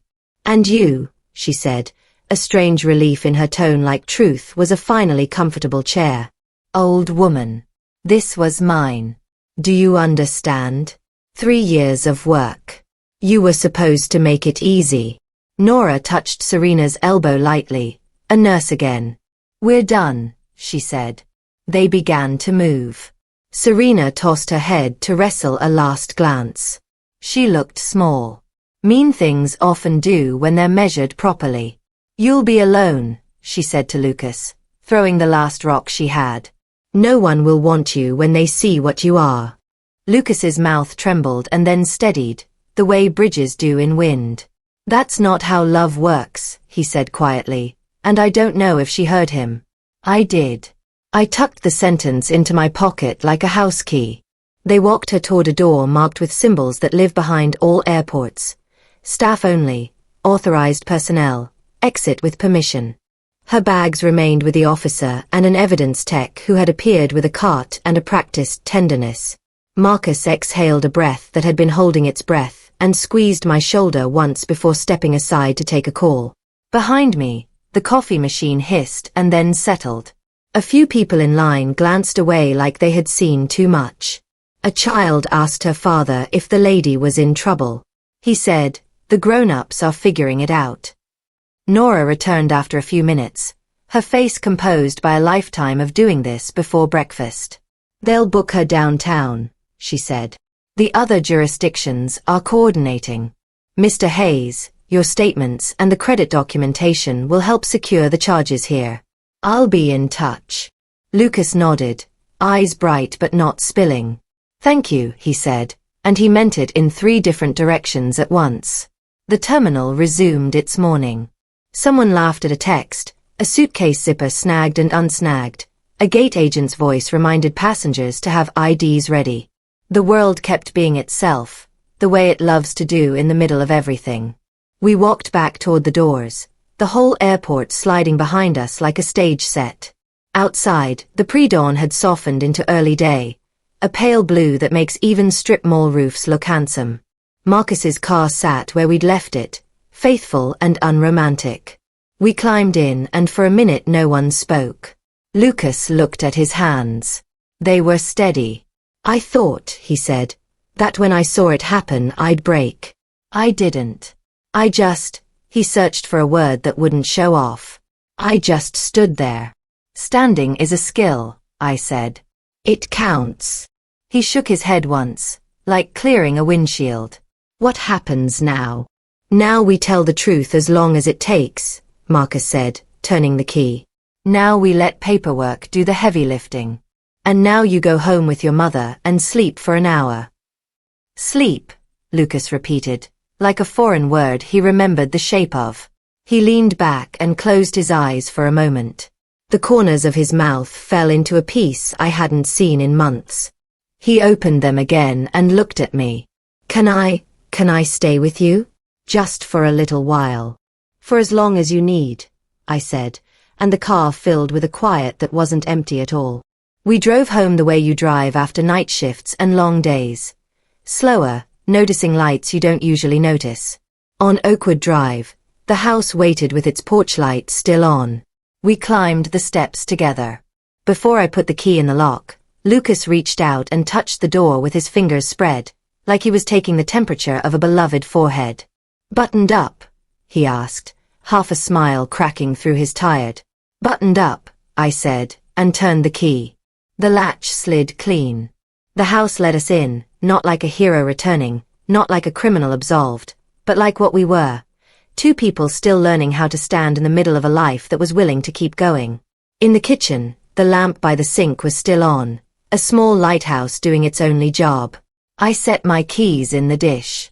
The brass 447 tapped the house key, a tiny clink that sounded like a yes.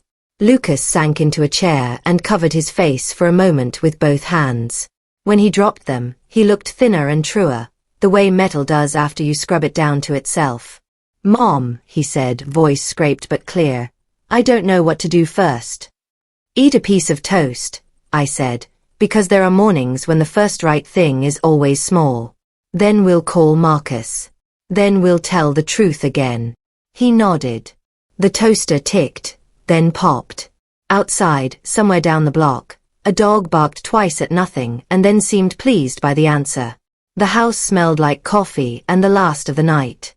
The day had started. We had too. The day after the airport felt like a hallway with all the doors open. Light came in from places it usually didn't, and every step echoed more than it should. We slept for an hour, exactly the way a body collapses on a couch meant for conversations, not penance. When we woke, the house had shifted into day without our permission, as houses do. The kettle clicked on. Lucas stared at the window as if the glass might tell him what to do with his hands. Detective Delgado called at 9 sharp. "Ready when you are," she said. "We'll keep it straightforward. You'll tell the truth. I'll ask the questions that invite it to sit down." At the station, the interview room didn't try to scare us. It was plain, which is its own kindness. Nora set a little recorder in the center and began with the basics. Name, date of birth, address.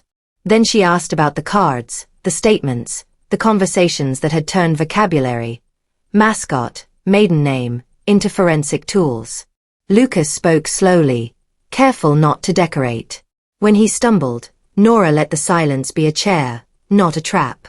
By the time he finished, the room felt a degree warmer, like honesty had body heat. Back in the waiting area, we sat on chairs that sounded like raincoats. Marcus joined us with his usual stack of paper and a pen he clicked when his thoughts needed punctuation. "The other jurisdictions are moving," he said. "The passport will tie to an alias used in Arizona. The cash withdrawals and the hard drive give the DA something heavy to hold." He turned to Lucas. "Credit Bureau flagged the fraudulent accounts. Dispute filings are in. This won't be fast, but it'll move." "What about?" Lucas started, then stopped. The sentence didn't want to be born in public. "Your marriage," Marcus supplied gently. "If the identity is proven fraudulent, an annulment is possible. It erases the legal part. It doesn't erase your heart. That's other work." At the counter where a vending machine hummed, I bought a water I didn't want. I unscrewed the cap and handed it to Lucas without looking at him too directly. He drank because some orders from a mother aren't orders. They're ladders out of holes.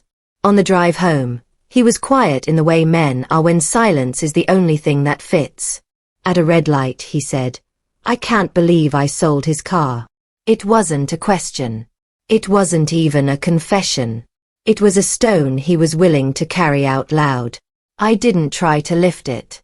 "We'll see what can be made right," I said. "We'll see who keeps their promises." He rubbed his thumb along the seam of the seat. "He tried to warn me. I called him controlling. Last thing I said before he went into the hospital."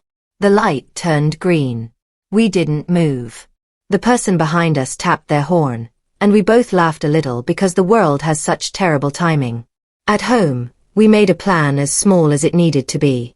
Lucas would take the guest room for now. He would call a therapist Marcus recommended who specialized in people waking up where they didn't expect to be. We'd make a pot of soup and pretend we chose the simplicity because of the weather. I would call the attorney at 2. He would call his boss. We would not speak Serena's name unless paperwork insisted. He carried his suitcase upstairs with a care usually reserved for sleeping babies and old dogs. I changed the sheets on the guest bed anyway because fresh cotton lies politely to grief, and sometimes that's all you need to get through a door. He hung up 2 shirts and set the rest in a drawer like he was waiting for a verdict. I put an extra lamp on the nightstand because some nights need more than one light to find a face. In the afternoon, we sat with the attorney in a room full of books that smiled from their spines. She wore sensible shoes and a necklace that made a small pleasing sound when she moved.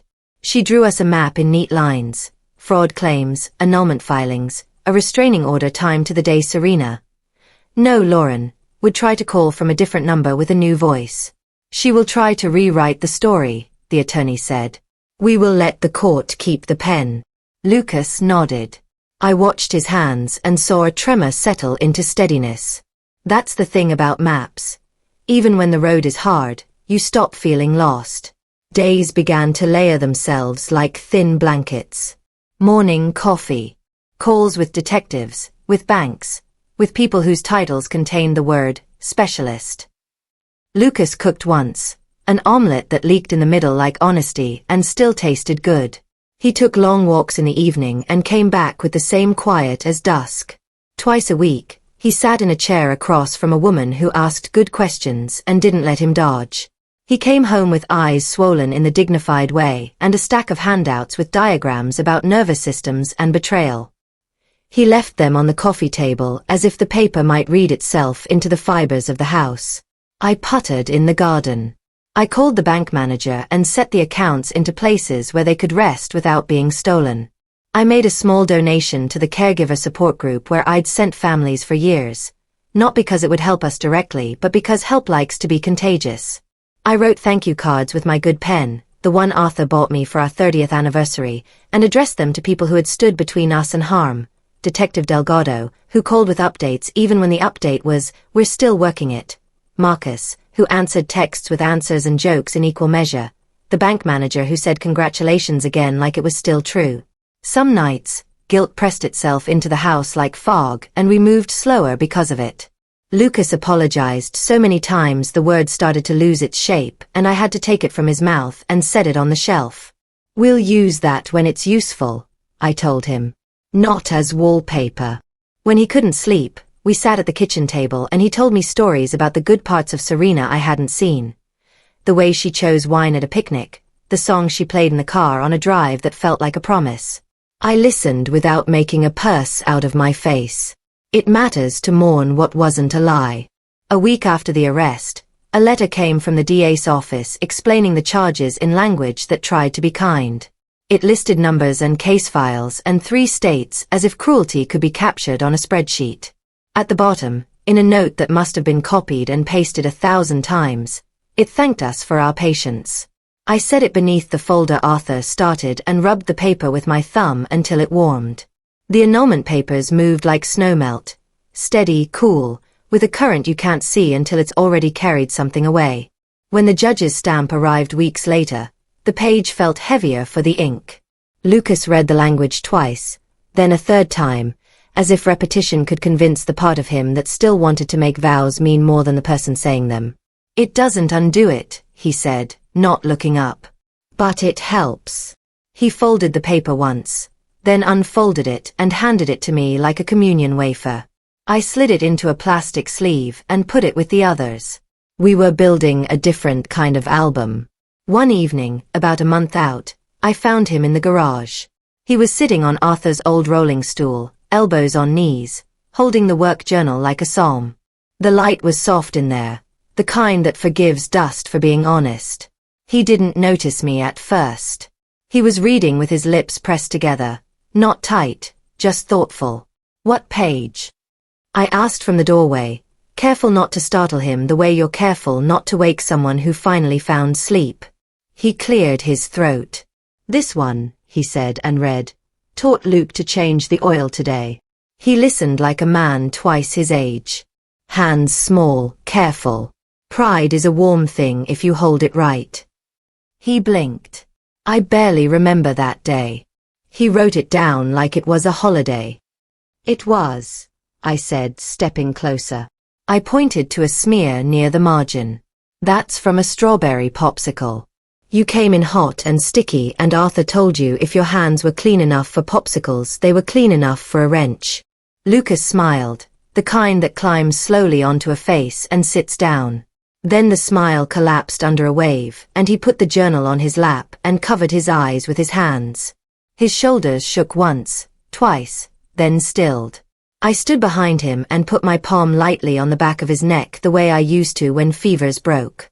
We stayed like that long enough for the ache to find a softer chair.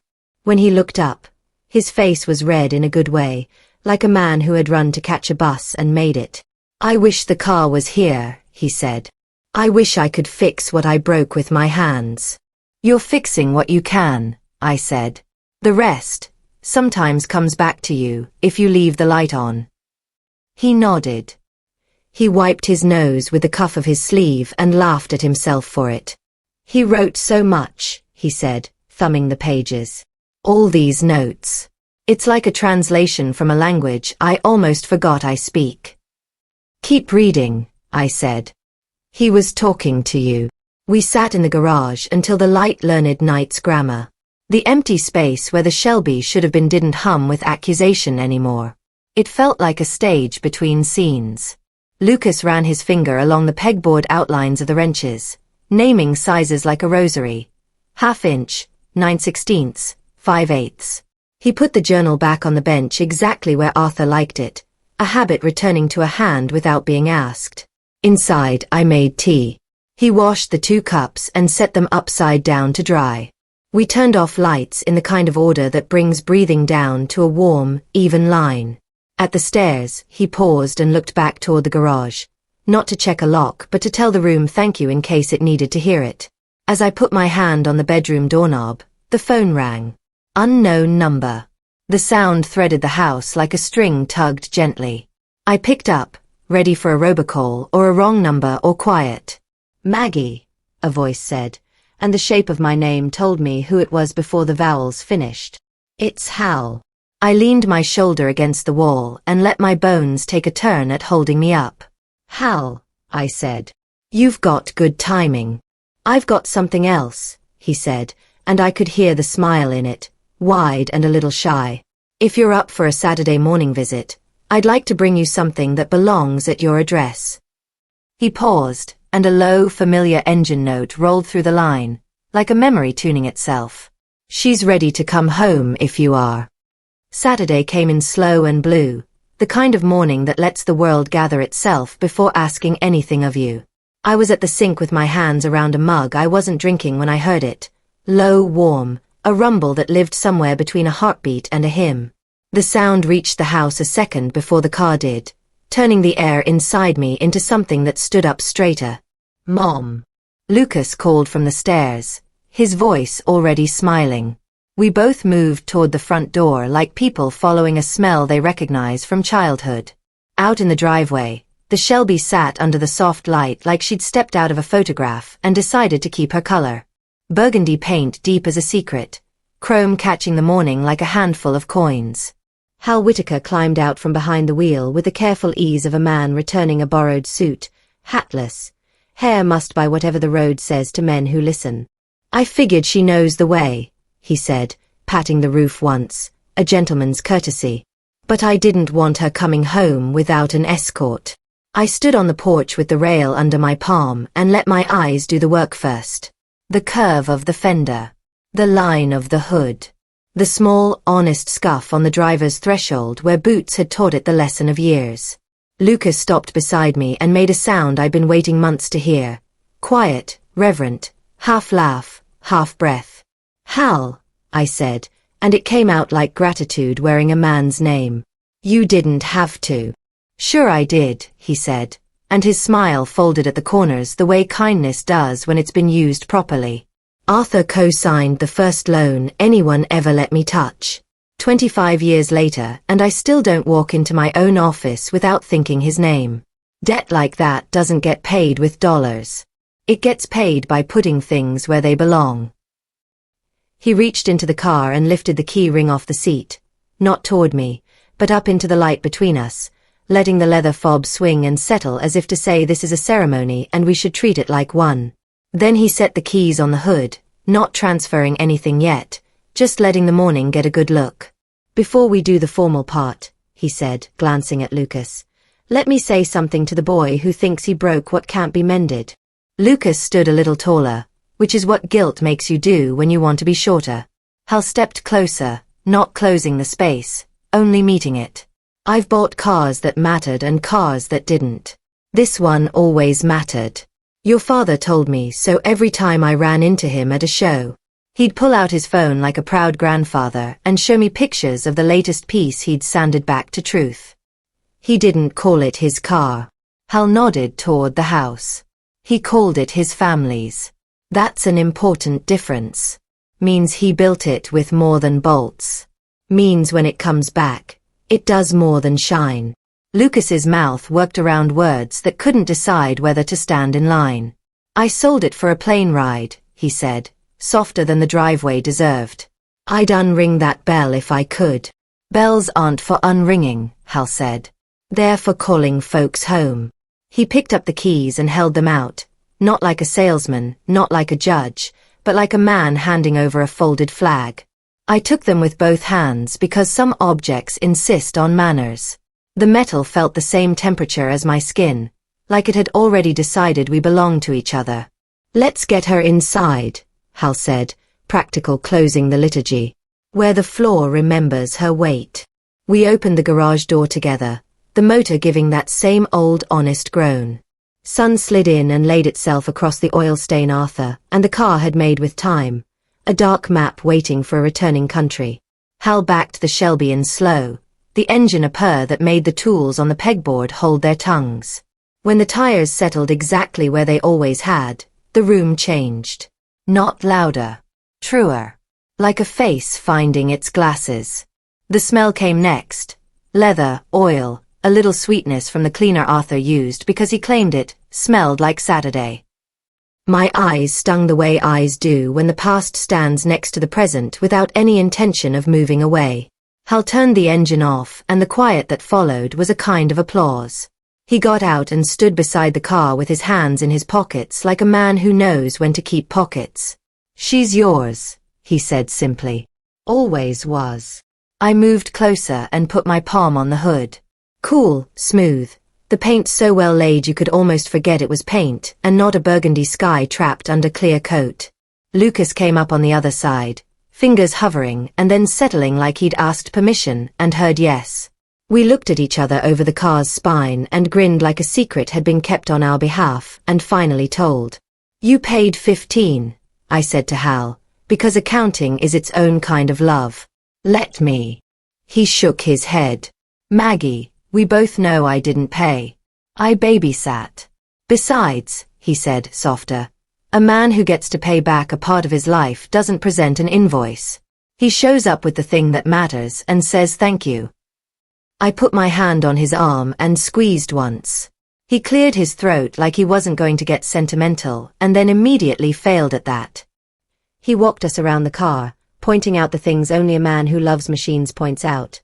The adjuster Arthur had custom milled for the belt tensioner, the way the trunk latch liked a certain kind of pressure and rewarded it with the right sound, the tiny nick under the rear bumper no one else would ever see but that Arthur had cursed like it ruined the moon. Lucas listened like he was being read to from a family Bible. Last thing, Hal said, opening the door and leaning in. He tapped the dash. The radio face sat true, the hidden compartment behind it closed as if it had never opened at all. I put everything back exactly the way it was, he said. You've already found what needed finding. But some secrets deserve to live out their retirement in peace.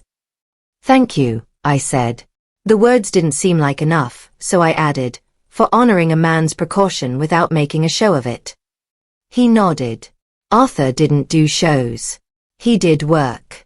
And he did love. That always makes a better story. He stepped back, looked at Lucas. Take care of her.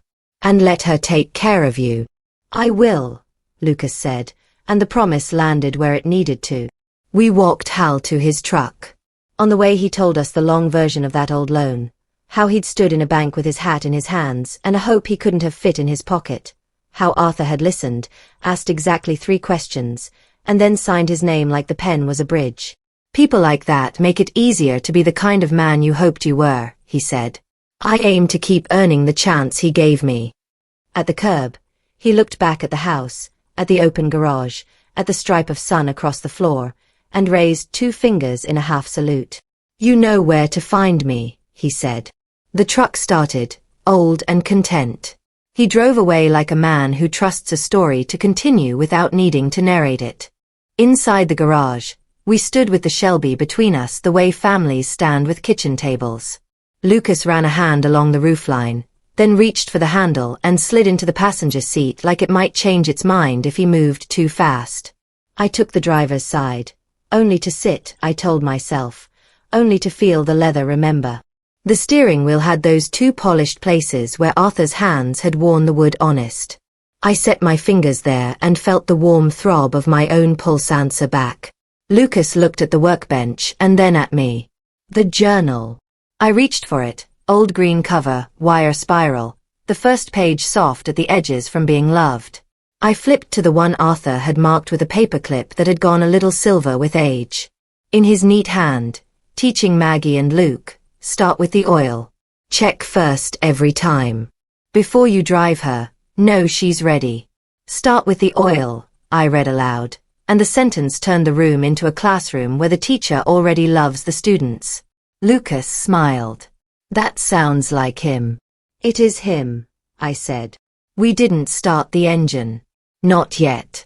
We listened to the car cooling in its place, to the house settling around the sound of something righted. I climbed out and stood with Lucas at the front, popped the hood with the small satisfying release every good hood offers. The engine sat clean and humble, every line of it a lesson you could learn with your hands. Dipstick, I said, and Lucas found it, pulled it, wiped it with a rag whose fibers remembered more Saturdays than most people. He slid it back, pulled it again, held it to the light. Full, he said, and grinned like a boy reporting weather. We closed the hood, not ceremonially, just with respect. We set the journal on the bench exactly where Arthur liked it, lined up with the edge, pencil laid across the top like a bar of music. Lucas leaned both palms on the workbench, let his shoulders drop, the way men do when they're telling themselves the truth. I don't deserve this, he said, eyes on the tools, not me. Deserving isn't the right ruler, I answered. Stewardship is. I gestured to the journal, to the car, to the house. We take care. That's the job. He nodded. He picked up the pencil and wrote today's date in the corner of the open page, small and neat, as if asking permission to join the conversation. Then he set it down and looked at me. Teach me, he said. I mean, teach me again. We'll teach each other, I said. That's more like what it is. We stood in the doorway a moment, shoulder to shoulder, looking at the car like a horizon we didn't have to chase. Out on Oakwood Drive, a neighbor waved without asking questions. A bird landed on the fence and decided to stay. The day had a shape to it that made sense. I reached for the garage door button but didn't press it yet. The house key in my pocket and the Shelby key in my other tapped each other once, a tiny chime that felt like agreement. I looked at Lucas and then at the room that had just remembered its name. Soon, I said. We'll take her out. But first, oil, fluids, belts, the small right things. He laughed, easy, the way a man does when the future has stopped shouting and started clearing its throat politely. We turned toward the kitchen, the journal safe on the bench, the car resting in her old spot, the morning stretching generous and ordinary between us. As we crossed the threshold, I put my finger lightly on the button and listened for the motor's familiar answer in my mind. Buttoned up, I thought, not as an ending, but as a promise that knew exactly where to begin again. The next week unspooled in the soft rhythm of small right things. Mornings began in the garage, where light came in like a friend who knows not to knock too loud. We'd set 2 mugs on the workbench, mine with a chip on the rim Arthur called character, Lucas's with a ring from years of leaving it on the hood while he rummaged for a socket, and we'd open the journal to the page where the pencil lay across like a baton waiting for the conductor. Start with the oil, I'd say, and he'd grin because he knew I liked saying it.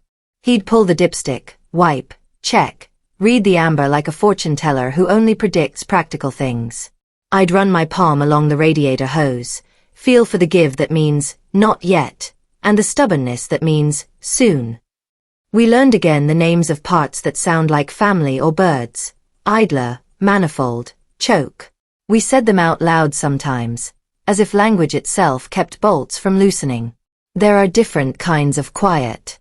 The quiet of a house asleep is one. The quiet of a man and his mother reading an old notebook and learning to trust their hands again is another. In that quiet, Lucas would tell me things he hadn't found the right room for before. He admitted where the debt had been heavier than he let on. He told me when he first noticed the small, fast lies and how he stepped around them like puddles that turned out to be deeper than they looked. I didn't interrupt. I didn't absolve. I just handed him the rag when he needed it, the wrench when he asked for the wrong size, the smile that says you are not the mistake. You are the person who came after it. He started therapy on Tuesdays and Thursdays and came home with his face scrubbed raw by honesty and a little proud of it. He'd sit on the third step with a glass of water and tell me about the diagram with the window of tolerance, how the body is a house with a thermostat, how alarm and numbness both break things if they take the wheel. The trick, he said one night, tapping his chest like he was knocking on a door to himself, is learning to be home even when you're afraid. The car, our car, became a classroom for that. Arthur's notes had the cadence of a man who believed in sequence, so we followed them like recipes you don't argue with. Belts sing before they fail, he'd written in the margin, and Lucas laughed because the alternator belt did hum a thin song when we pushed it too far. Listen, he said, and for once it wasn't about a person. We replaced what needed replacing. The new belt lay across my palm like a black ribbon that meant business. Lucas loosened the tensioner with the exact pressure Arthur used to show him with his thumb and forefinger. When he slid the new belt into place, he didn't force, he coaxed. There's a pride men get when a thing fits because of their thinking, not their strength. He had that look. In the afternoons, I made calls. I spoke to Detective Delgado, who said the case had sprouted branches in 2 states and that paper was doing what paper does best. Remember. I mailed thank you notes to Philip and Walter with a small check folded inside. Nothing that would claim to fix, only something that would whisper I heard you and I honor the costs. From one family to another, I wrote. So the kitchen feels closer when you need it. When Philip called and tried to refuse, I said, let an old nurse be bossy once, and he laughed and surrendered. By the second Saturday, we had a list in the journal with satisfying check marks. Oil white heavy check mark. Coolant white heavy check mark. Belts white heavy check mark. Air filter white heavy check mark. Spark plugs, inspect, white heavy check mark. Tires, pressure, white heavy check mark. Underneath, Lucas had written in smaller letters, patience white heavy check mark. Ready? He asked. Not for the road, but for the next symbol in the liturgy. Soon, I said, and watched his face try on the word like a jacket. It fit better than it used to. We chose that afternoon for something different. Not a drive, not yet, but a lesson in the driveway with the engine idling, the garage door open like a proscenium. He sat in the passenger seat with the journal on his lap. I sat where Arthur sat all those years, feet on pedals that had learned from a good man. Clutch, he said, reading. Slow, not stingy.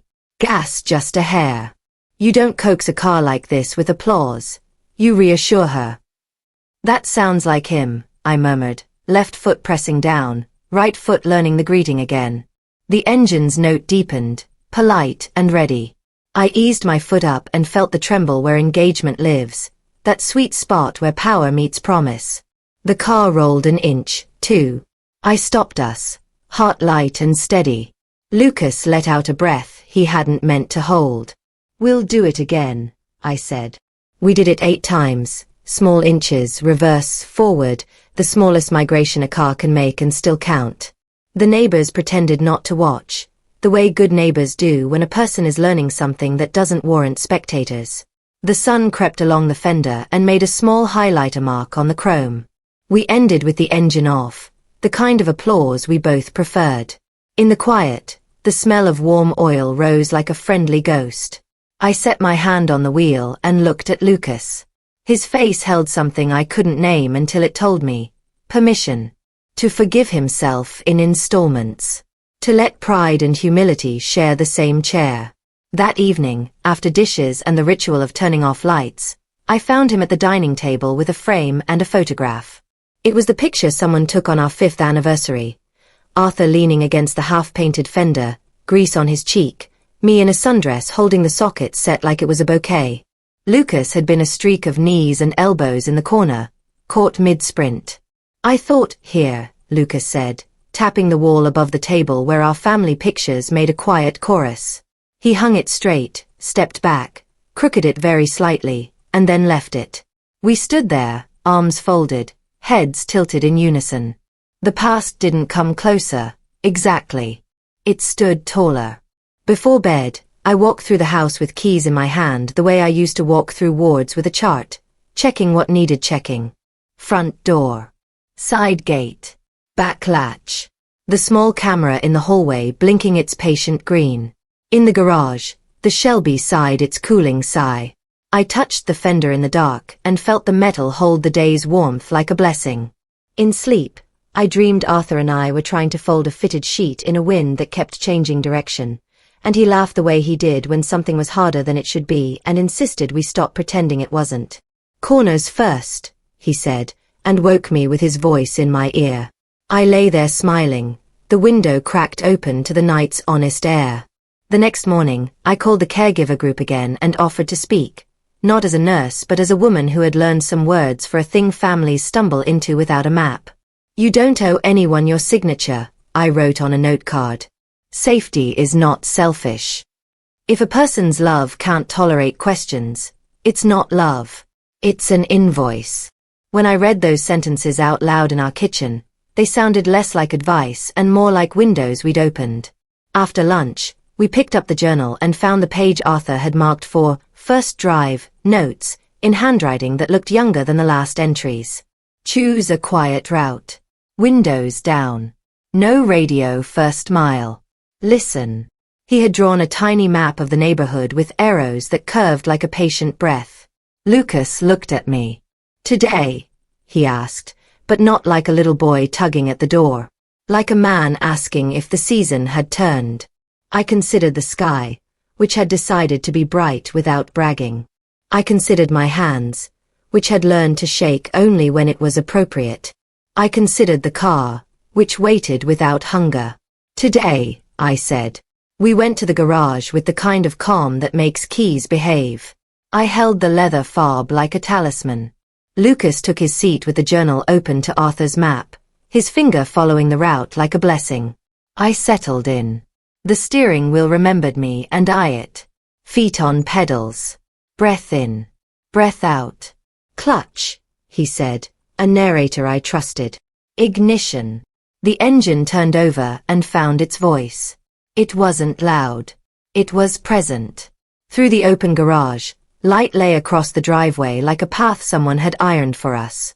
I eased the clutch in, found the tremble, felt the car answer back.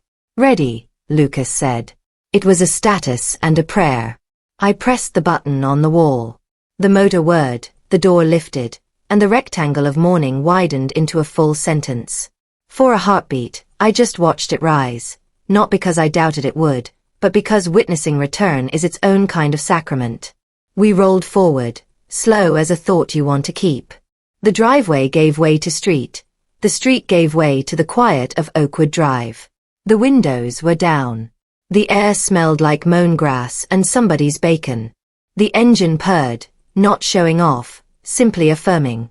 At the corner, I paused. A robin hopped along the curb and decided we were unremarkable. Lucas glanced at the journal and tapped the map. Left, he said, smile alive and disciplined. I turned the wheel. We went 1 block. 2. I could feel Arthur in the spaces in between. The way the clutch likes you to be generous, the way second gear is a handshake, the way your eyes should be where you're going but your ears should be where you are. Lucas didn't speak for a while, and then he did, softly. He'd be proud. Of us, I said, the word landing with weight and grace. We went another block, and another, and then the one with the little hill that makes your stomach forget itself for a second. The car loved it, and so did we. The hospital came into view in the middle distance, and I lifted 2 fingers from the wheel the way nurses salute each other when there's nothing left to say and everything left to do. At the park, I eased to the curb. We idled. The engine ticked like a happy clock.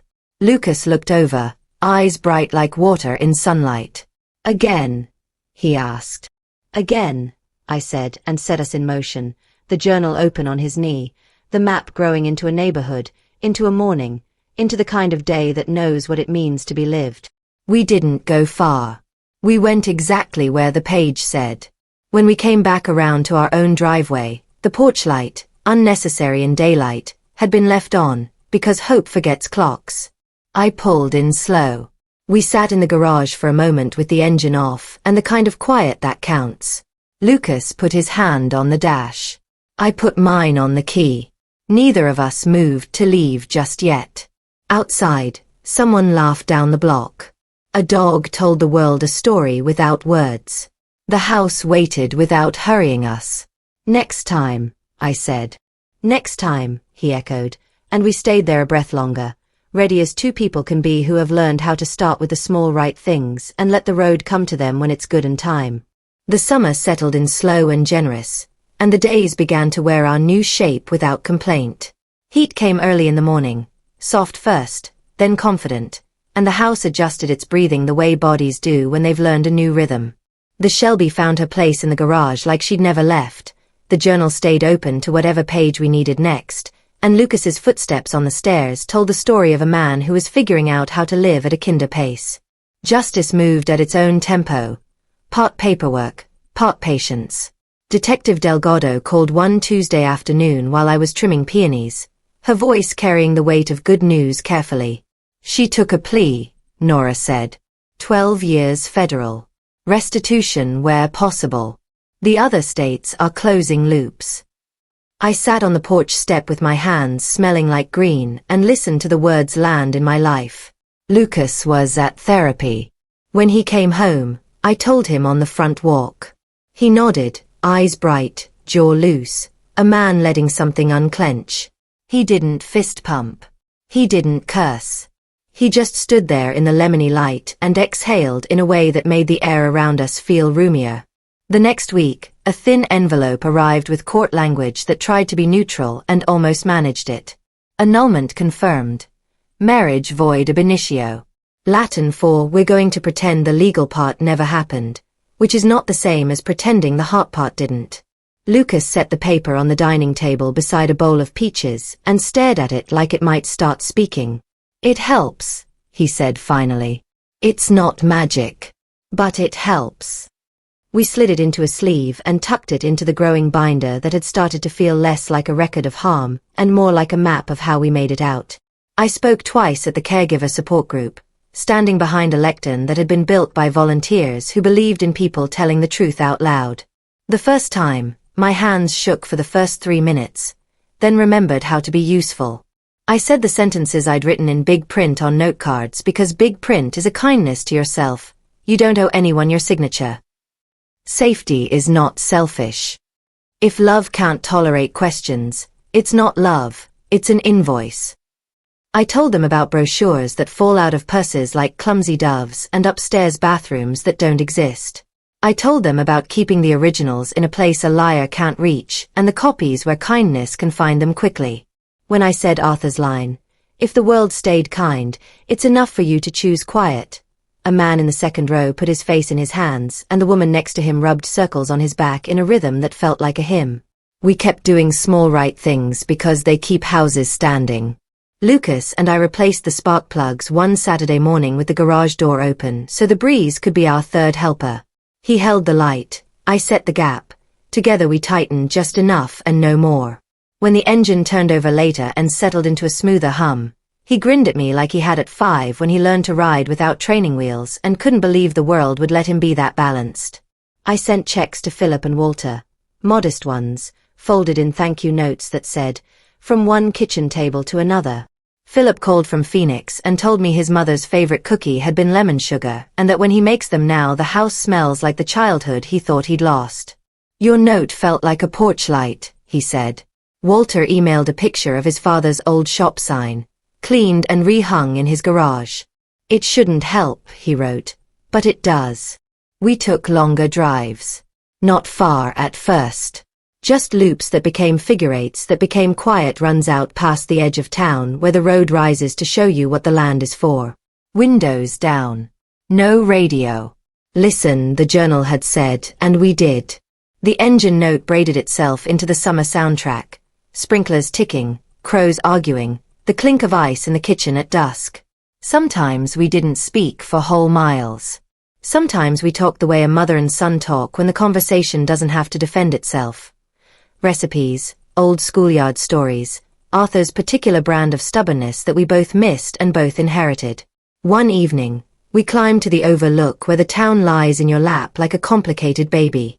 We parked and let the engine tick cool while the sky did its orange to blue mercy.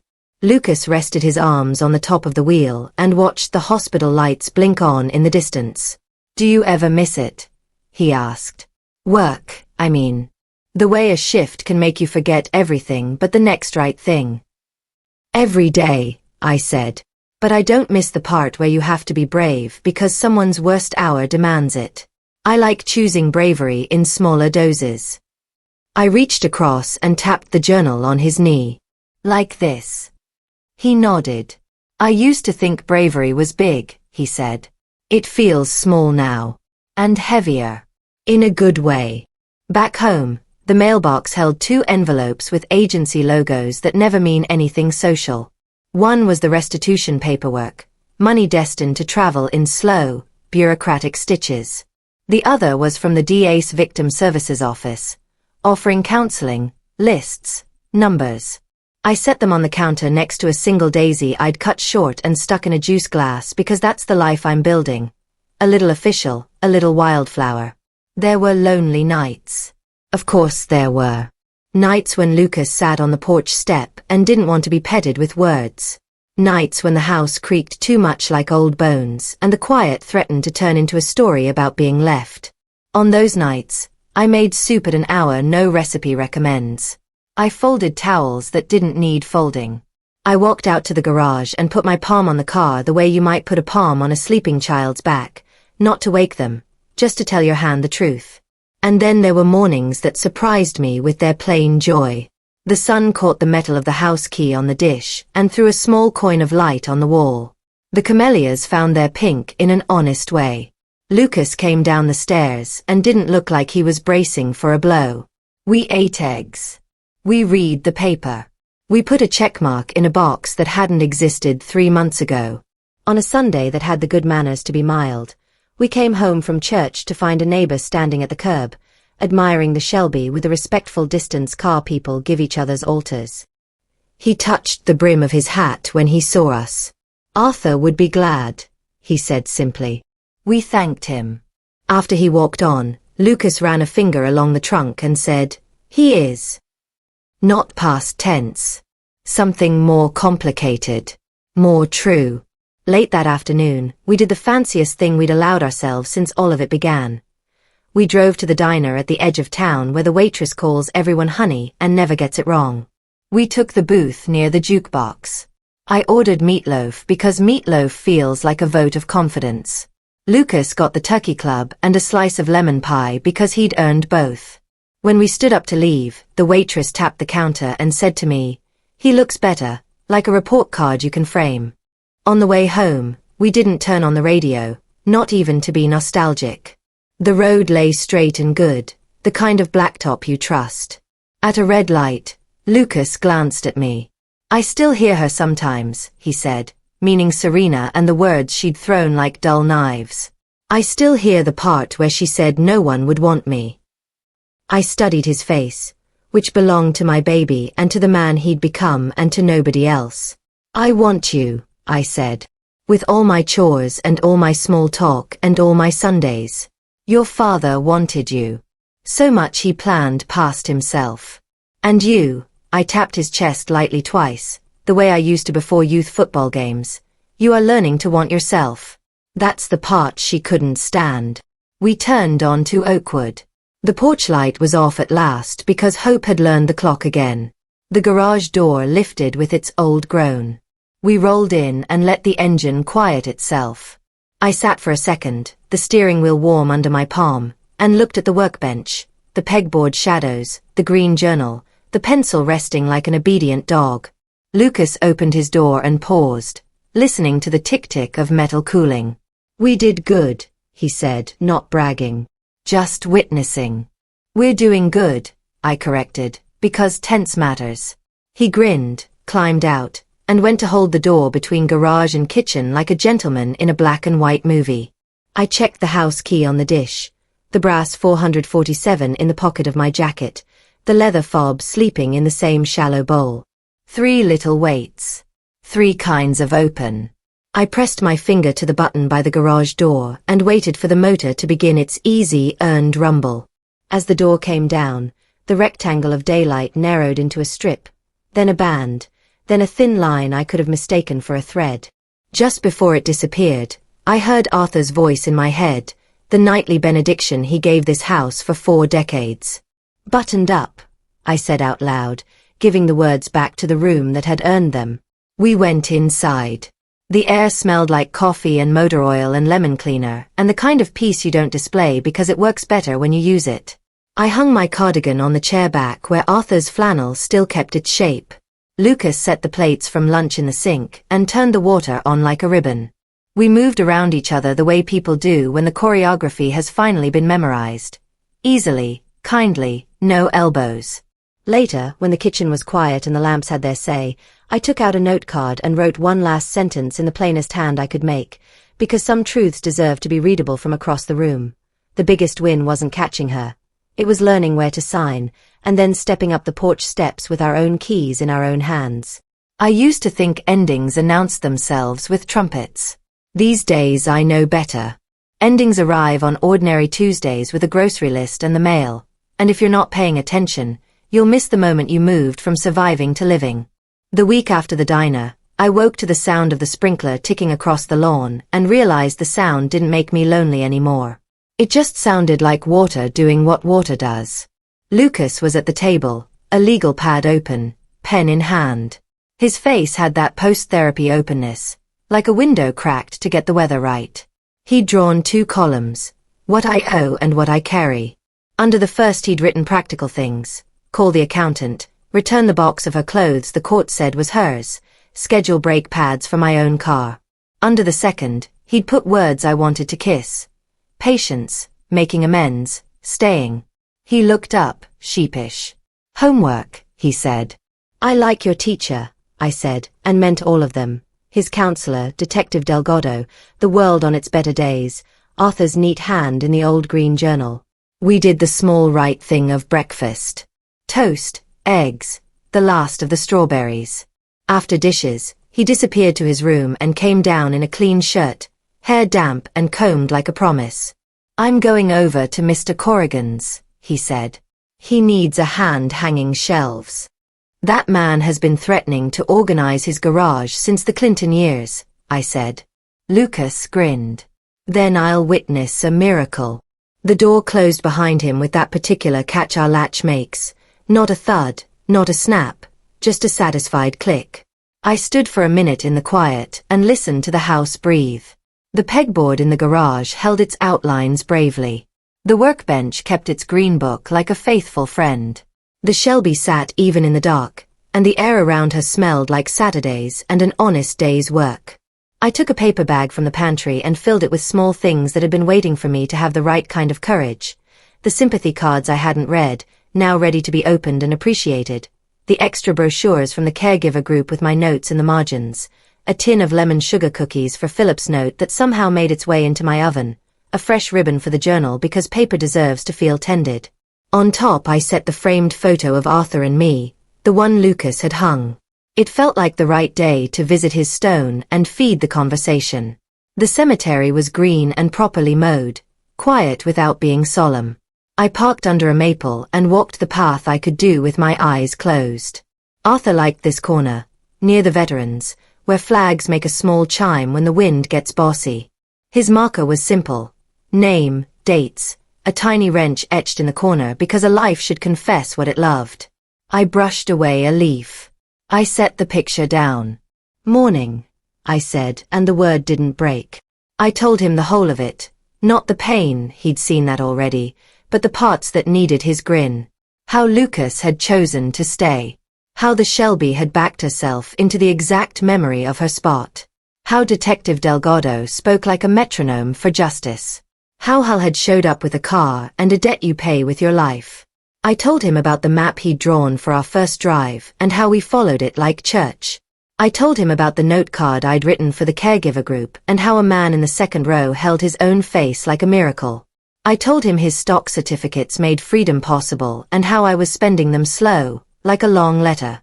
I told him about the lemon cookies. I told him about the way the house key catches light at 10:30 in the morning.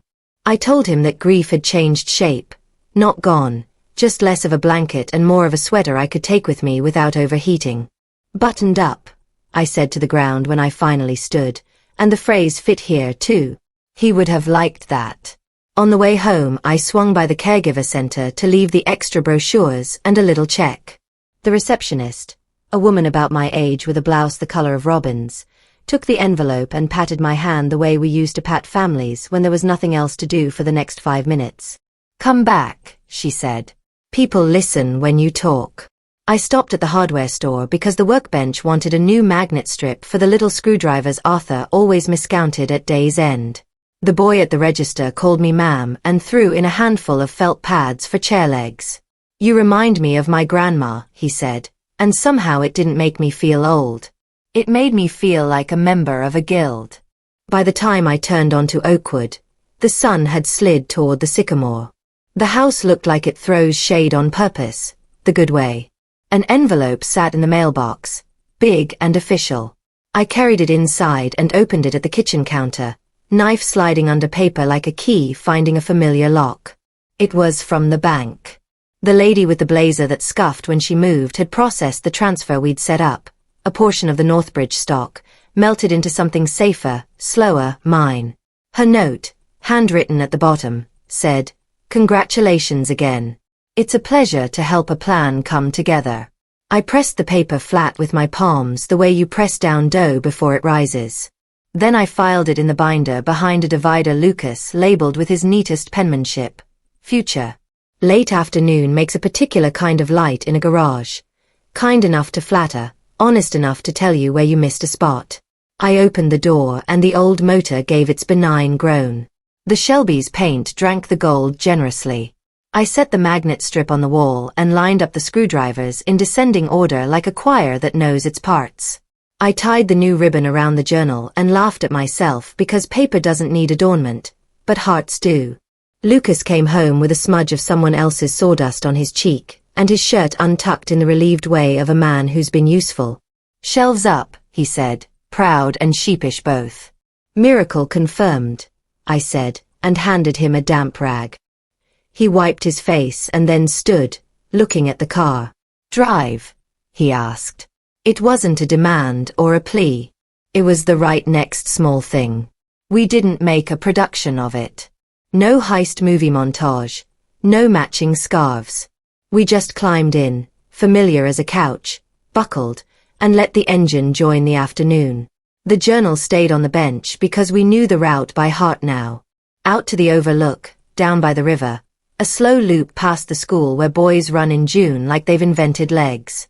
Near the river, we found a stretch where cottonwood flurries made summer look like December had misplaced itself. "Snow," Lucas said, and stuck his arm out the window to gather a little. He held the fluff to the vent, and the car scented around the cabin like confetti at a very polite party. We laughed like people who know laughing is part of the work.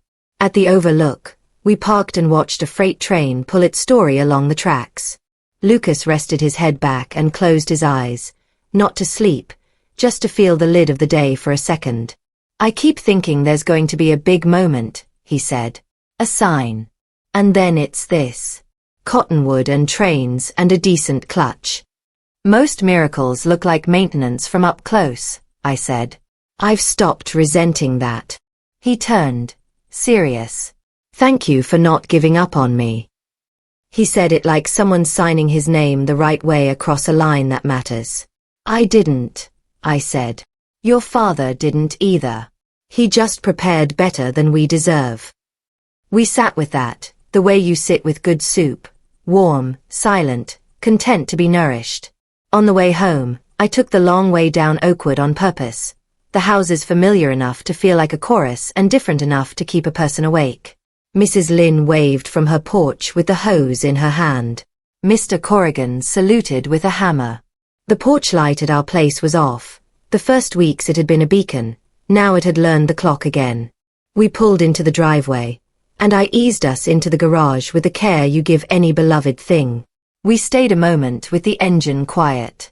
I put my hand on the key, Lucas his on the dash, and we didn't need to say again, because the road had already promised it.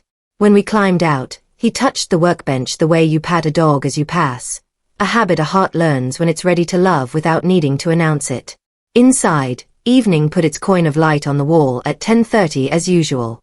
I checked the dish, house key, brass 447, leather fob, 3 small ordinaries that had become my trinity of okay. I wrote one last line on a note card and stuck it to the refrigerator where a person can read it when the milk hides in the back and life tries to be sneaky. The big victory wasn't catching her. It was signing where it mattered, then stepping up the porch steps with our own keys in our own hands. Before bed, I walked to the doorway that looks into the garage.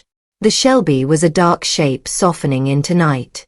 The journal's ribbon made a brighter line than it needed to. I pressed the button and let the door come down, the motor giving its right kind of music. As the rectangle of day narrowed to a band and then a thread, I said it out loud, soft as a blessing and sure as a signature. Buttoned up.